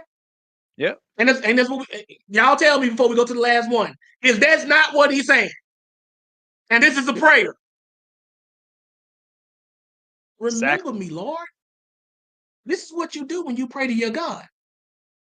Any good you putting out concerning this word or trying to help other people, when you come to your God in humility and you want a blessing or you want your prayers answered, you tell him, I did this. Remember me for this. Have mercy on me according to your according to you being merciful. But you are allowed to bring up what you did. Now let's go to the most powerful remember me ever. They got the biggest outcome of any prayer of remembrance. Let's go to Luke chapter 23. Let's read about the thief on the cross. And y'all tell me after reading this that the prayer of remembrance don't have power. This is the biggest example of it. Yes, sir. This is the biggest example of it. I want y'all to pay attention to this stuff. This is Luke 23, 39 to 43. Luke 23, 39 to 43. When you get there, read, please. This is Luke 23 and 39. And one of the malefactors which were hanged railed on him, saying, If thou be Christ, save thyself and us. And if you read in Matthew 27 and 14, it lets you know that initially both of the thieves were saying this to him. Mm-hmm. But then one of them had a change of heart and humbled himself. And that's what you're reading about right here. Read the next verse. 40. But the other answering rebuked him, saying, Dost not thou fear God, seeing thou art in the same condemnation? So that fear of the God, fear of the Lord, again, Kevin J. Oh, Right?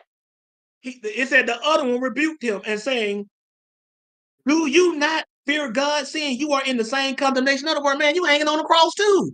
right. How you rebuking him and railing on him and you in the same boat? Right? But watch what else he says. Go ahead. 41. And we indeed justly, for we receive the due reward of our deeds, but this man have done nothing amiss. So this man is confessing that we're evil and we deserve to be crucified. Mm-hmm. We're getting what we deserve. That's humility, when you can admit that you're wrong. He said, but this man, talking about Jesus, he hasn't done anything wrong. Right? So he's humbling himself. Now watch what he says. Go ahead and read. 42. Can you hear me? My sister went Mhm. out again. You got me? Okay, cool. My sister went out just for a second. 42. And he said unto Jesus, Lord, remember me when thou comest into thy kingdom. That's that remember me. Now, why do y'all think this man had the audacity with being a criminal, condemned to crucifixion, meaning he had to either go against the Roman government or murder somebody? Why would y'all think this man would have the audacity to ask Jesus to let him in the kingdom? What would give him the audacity to do that, Kevin J? To even try? Because he came Mercy. in humility. He came in Yep. humility. When did he show humility? When he admitted that we are sinners and we deserve what's happening to us. This man don't deserve it. Jesus saw that humility. This man is on his deathbed. He's knocking on death's door. He's at the end of the line. And at the last possible second, he humbled himself and asked God to remember him. This is a prayer. He's praying directly to Jesus. This man was not baptized. Mm. This man had never confessed that Jesus was Lord in his life. This man was a sinner all the way to the cross. And let's see how Jesus responded to this. 43. And Jesus said unto him, Verily I say unto thee, today shalt thou be with me in paradise. In other words, I'll let you in the kingdom. Mm-hmm. Mercy. That's mercy. At the very end, he knew who he was talking to and he believed. But he asked for that remember me. He said, remember me. Notice he put that remember me in there. He could have easily just said, let me in the kingdom. He said, remember me. Because even this thief on the cross knew the power of the prayer of remembrance. He felt confident enough to even try at this late in the game. But he had to humble himself. See, in Matthew, at first, they were both railing on Jesus. But this guy had a change of heart, and he thought about it. He was like, wait a minute, this man ain't done anything wrong. We deserve this, right? That means that if Jesus let that man in, wouldn't that mean that he forgot all that man's past transgressions? Yes, sir. Don't that mean he also had mercy on him? Yep. And don't that mean he also saw the humility? Indeed. That's everything we've been reading up to this point in this one thief on the cross to show you how powerful the prayer of remembrance is. So powerful that an unbaptized sinner, malefactor, murderer who never even once confessed Jesus as his Lord in his life at the very last moment was granted salvation. That's how powerful the prayer of remembrance is, y'all. So y'all remember the next time when you pray, from now on, whenever you pray, always ask God to remember you and always remind him why he should. We'll be back after these brief announcements. All right, everybody. First of all, y'all know we made it through another one. We made it through another one. I gotta always remind y'all of that. Praise God. For all of y'all who already know, we have Sabbath classes. We do this every week on Discord, YouTube, and Clubhouse every week. We open the Clubhouse room at 4 p.m. Eastern Standard Time. I try to play some nice music for y'all for about 30 minutes. And then the class typically starts around 4:30 p.m., 4:40 p.m. on Clubhouse, Discord, and YouTube, right? Most of y'all already know this. If anybody is interested in making a donation, if you feel blessed by what you're hearing and would just like to, show support, you can do so one or two ways. One way is through PayPal. My mods will be posting this information in the chat. One way is through PayPal using our email address, which is absolutebibletruth4ever@yahoo.com. This is absolute Bible truth, the number 4, EVA@yahoo.com. You don't spell out the word 4, you type numerical digit 4. And of course, the other way you can donate is the way most people donate, and that's through Cashapp. Using the Cashapp tag, which is money sign, capital ABTM, lowercase s. Again, that's money sign, capital ABTM, lowercase s. And in case you're wondering, that simply stands for Absolute Bible Truth Ministries. So at this time, we're now in Q&A time. But before I go to the audience, y'all know I got to go to my people on stage first to get their input. So we're going to start first with Brother Kevin J.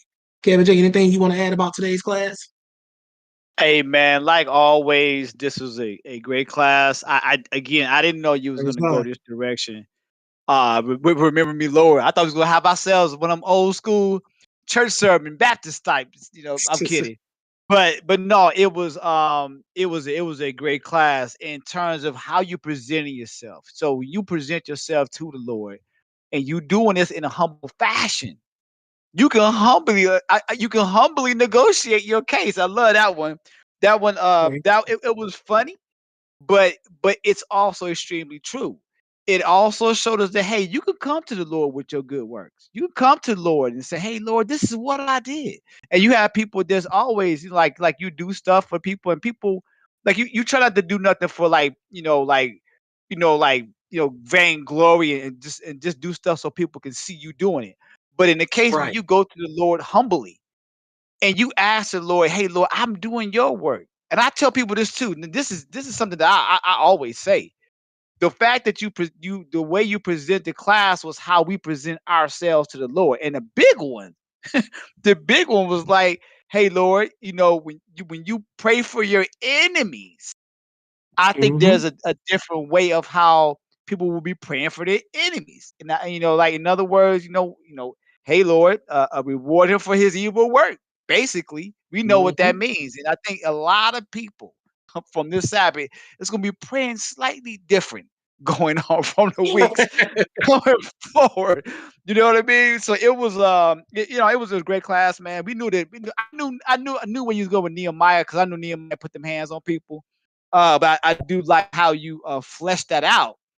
What I did know was you was gonna how you was gonna wrap that around the remember me part though, because I actually forgot he said remember me. I just remember him moving some furniture in Israel back in the day, but Mm-hmm. I forgot about the remember me's. I forgot about that part. So it's always the things that I remember Nehemiah putting his hands on people, but Mm-hmm. how you kind of move that and how that was structured around the class was awesome. obviously the finisher up, with the thief on the cross. A couple people did mention that in the chat as well, even before you went there. Take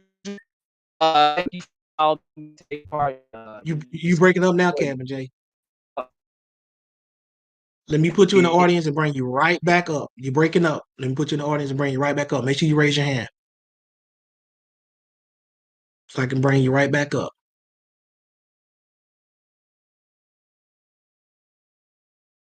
I'm waiting for you to pop back up, Kevin J.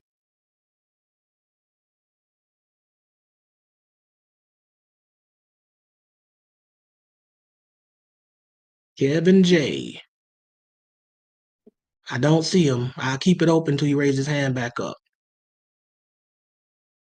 There he is. There he is. I just brought you back up.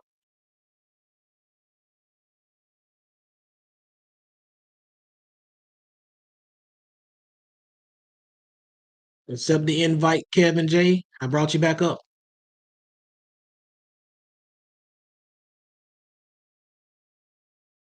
And see if he's texting me saying he got some problems. He might be texting me telling me he got some problems. Let me see. Not yet.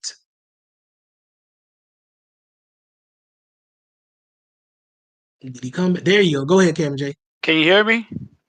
I can hear you good. Man, Satan been on our grass all day today. But anyway, man, no, I'm not sure what part you heard last, but basically, thanks for allowing me to help you get out the word, man. It was a great class. That was a great finisher upper. Okay, you went out again, so I don't know. Yeah, you have some bad mic issues today. But at least you got through the whole class flawlessly. I'm gonna move on to Jeff. Jeff, you got anything you want to add? Yes. Great class. I enjoyed it. I didn't realize how deep of a topic that was. The only incidents that I was aware of before this class that I can call to mind was Nehemiah. And you brought out several examples. Again, you used the Psalms effectively. Great class, and I definitely will apply this to my prayers because that was something I was kind of iffy on. But thank God for this class. But also, brother, when we mentioned about having multiple wives, a question came up in my mind, and that was a question about concubines. The question I wanted you to ask you is, with that setup, is that applicable for today's society? And if not, why not? Well, over here in America, you can't legally marry more than one woman. So, a lot of people, what they'll do to get around that is they'll just marry one woman on paper and marry the other woman in name. But a concubine is nothing but a lower level wife. And concubines were like stand-ins usually for main wives who couldn't have children. You follow what I'm saying? Like if your main wife couldn't have a child, you'd have a child for your main wife through that concubine, and you and your main wife would raise that child. But then there are cases when you just had a child with your concubine because that's your wife, but that child will never be part of the main inheritance that would go through your actual main wife's children. They weren't on the same level. So concubines were nothing but like lower level wives. And in a lot of cases, they were just basically for sexual gratification. That's what they were. But they were still wives, though. It was just a different level of a wife. It was not whoredoms. It was not fornication. It was just like, they had rank. They had a lower rank. So you can have like 3 wives and 3 concubines. Now, the wives, of course, you got the first wife you married, she number 1, second wife, number 2, third wife, number 3. And then less than these wives, you got the concubines. And I don't know if they rank them in order. They just concubines. But the concubines are still wives. Because I can show you in the scripture where Abraham's wife, Keturah, in one verse was called his wife, and in another place she was called his concubine, showing you that it's the same thing, just a different level of wife. So if a brother couldn't have a baby in this modern times, he can get a concubine and still line up with the scriptures? Well, you mean another wife or a surrogate? People do this to this day, a surrogate. I'm talking about like a Yep. little a woman like that you can sleep with, like move in if your wife agreed with it. Yep. If it's like, if you make a vow that that's going to be your wife, like that's still polygamy. Concubine has nothing, it doesn't change the rules of polygamy. It's just a wife. Only thing Okay. a concubine means is just like a lower level wife. But the key word you want to focus on is wife. You follow what I'm saying? It's still just polygamy, just a ranking system. It'll I got still all your, it's the still same rules of the wife. If somebody else sleep with her, it's still adultery and all that other stuff. Okay, I got you, bro. Thank you. And also peace to the panel. Nice read, brother Kev. I'm glad you took this one because there was kind of some words in there that I would have been sweating waiting to pronounce. So thank you for doing reading this, brother. Peace to all the students, teachers, and elders, and God willing, see you next Shabbat. Praise God, Jeff. Praise God. And now we got the heavyweight champion who's currently at 103-0, 103 wins, no losses, all knockouts. Ortega, anything you want to add? I was just gonna say thank you for the class, brother Josh. Thank you for spending your time to do this for us, and it was a good class too. Praise God, champ. Praise God. Appreciate you doing what you do every week, sharing the verses and the sources. And also, before we move on, Gideon, anything you want to add about today's class? Can't overlook Gideon.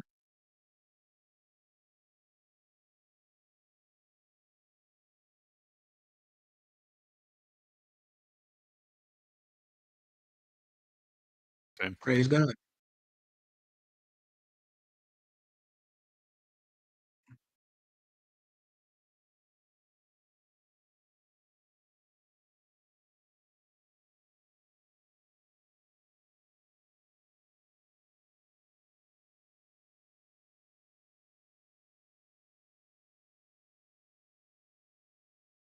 Praise God.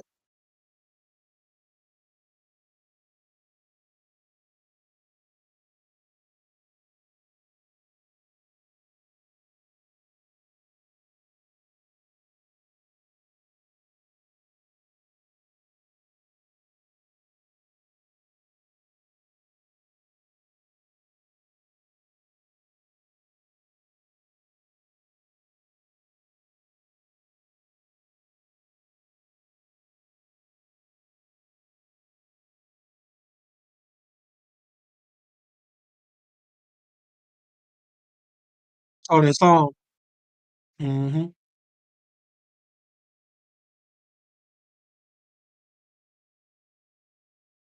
Praise God, man. I'm glad you were edified and that you learned some stuff, right?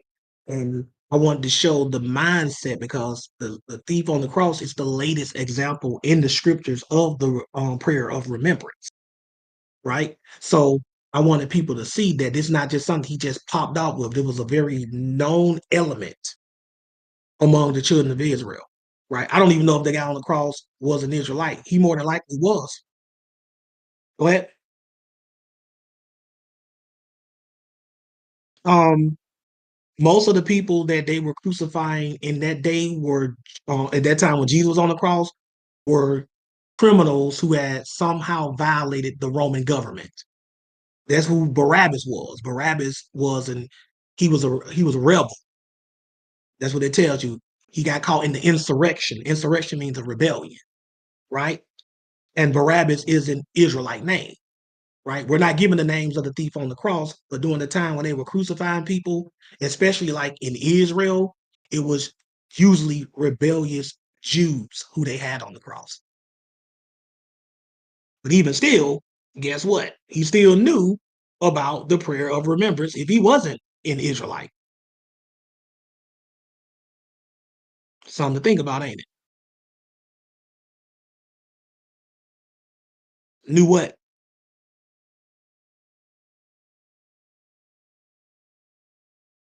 He knew who Jesus was. he believed in who Jesus was, because he had to believe in Jesus to know that Jesus even had a kingdom to put him in. That means he had to have heard enough about Jesus before Jesus was on the cross to know that Jesus even had a kingdom. Like, this wasn't just some random thief who was on next to him and he didn't know anything about him. You could tell by the things he's saying about Jesus. He had prior knowledge of the things that Jesus taught while Jesus was walking the earth. He knew that Jesus taught about a kingdom. He also knew that Jesus said he was the only way into this kingdom, which means he also had to know that Jesus said that all power in heaven and earth is given into him. It means he also had to believe that his salvation could only be granted by Jesus. That means he had a background on a lot of this stuff, right? So for him to say to Jesus, remember me when thou comes into thy kingdom, he was asking Jesus, because he's asking him, he's petitioning Jesus, meaning he's praying to Jesus, right? He's asking him, don't forget me. Remember what I said. He could have just said, let me in your kingdom or allow me to come with you. That's not what he said, though. He said, remember me. That is very Hebraic.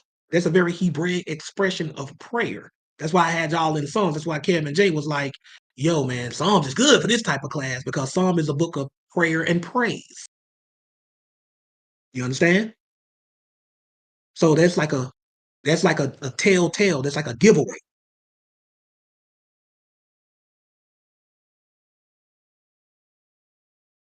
I've never looked into it.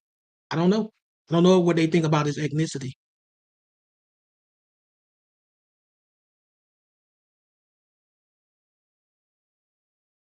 But whoever he was, but whatever he was, he had heard Jesus preach enough to know all of that, right?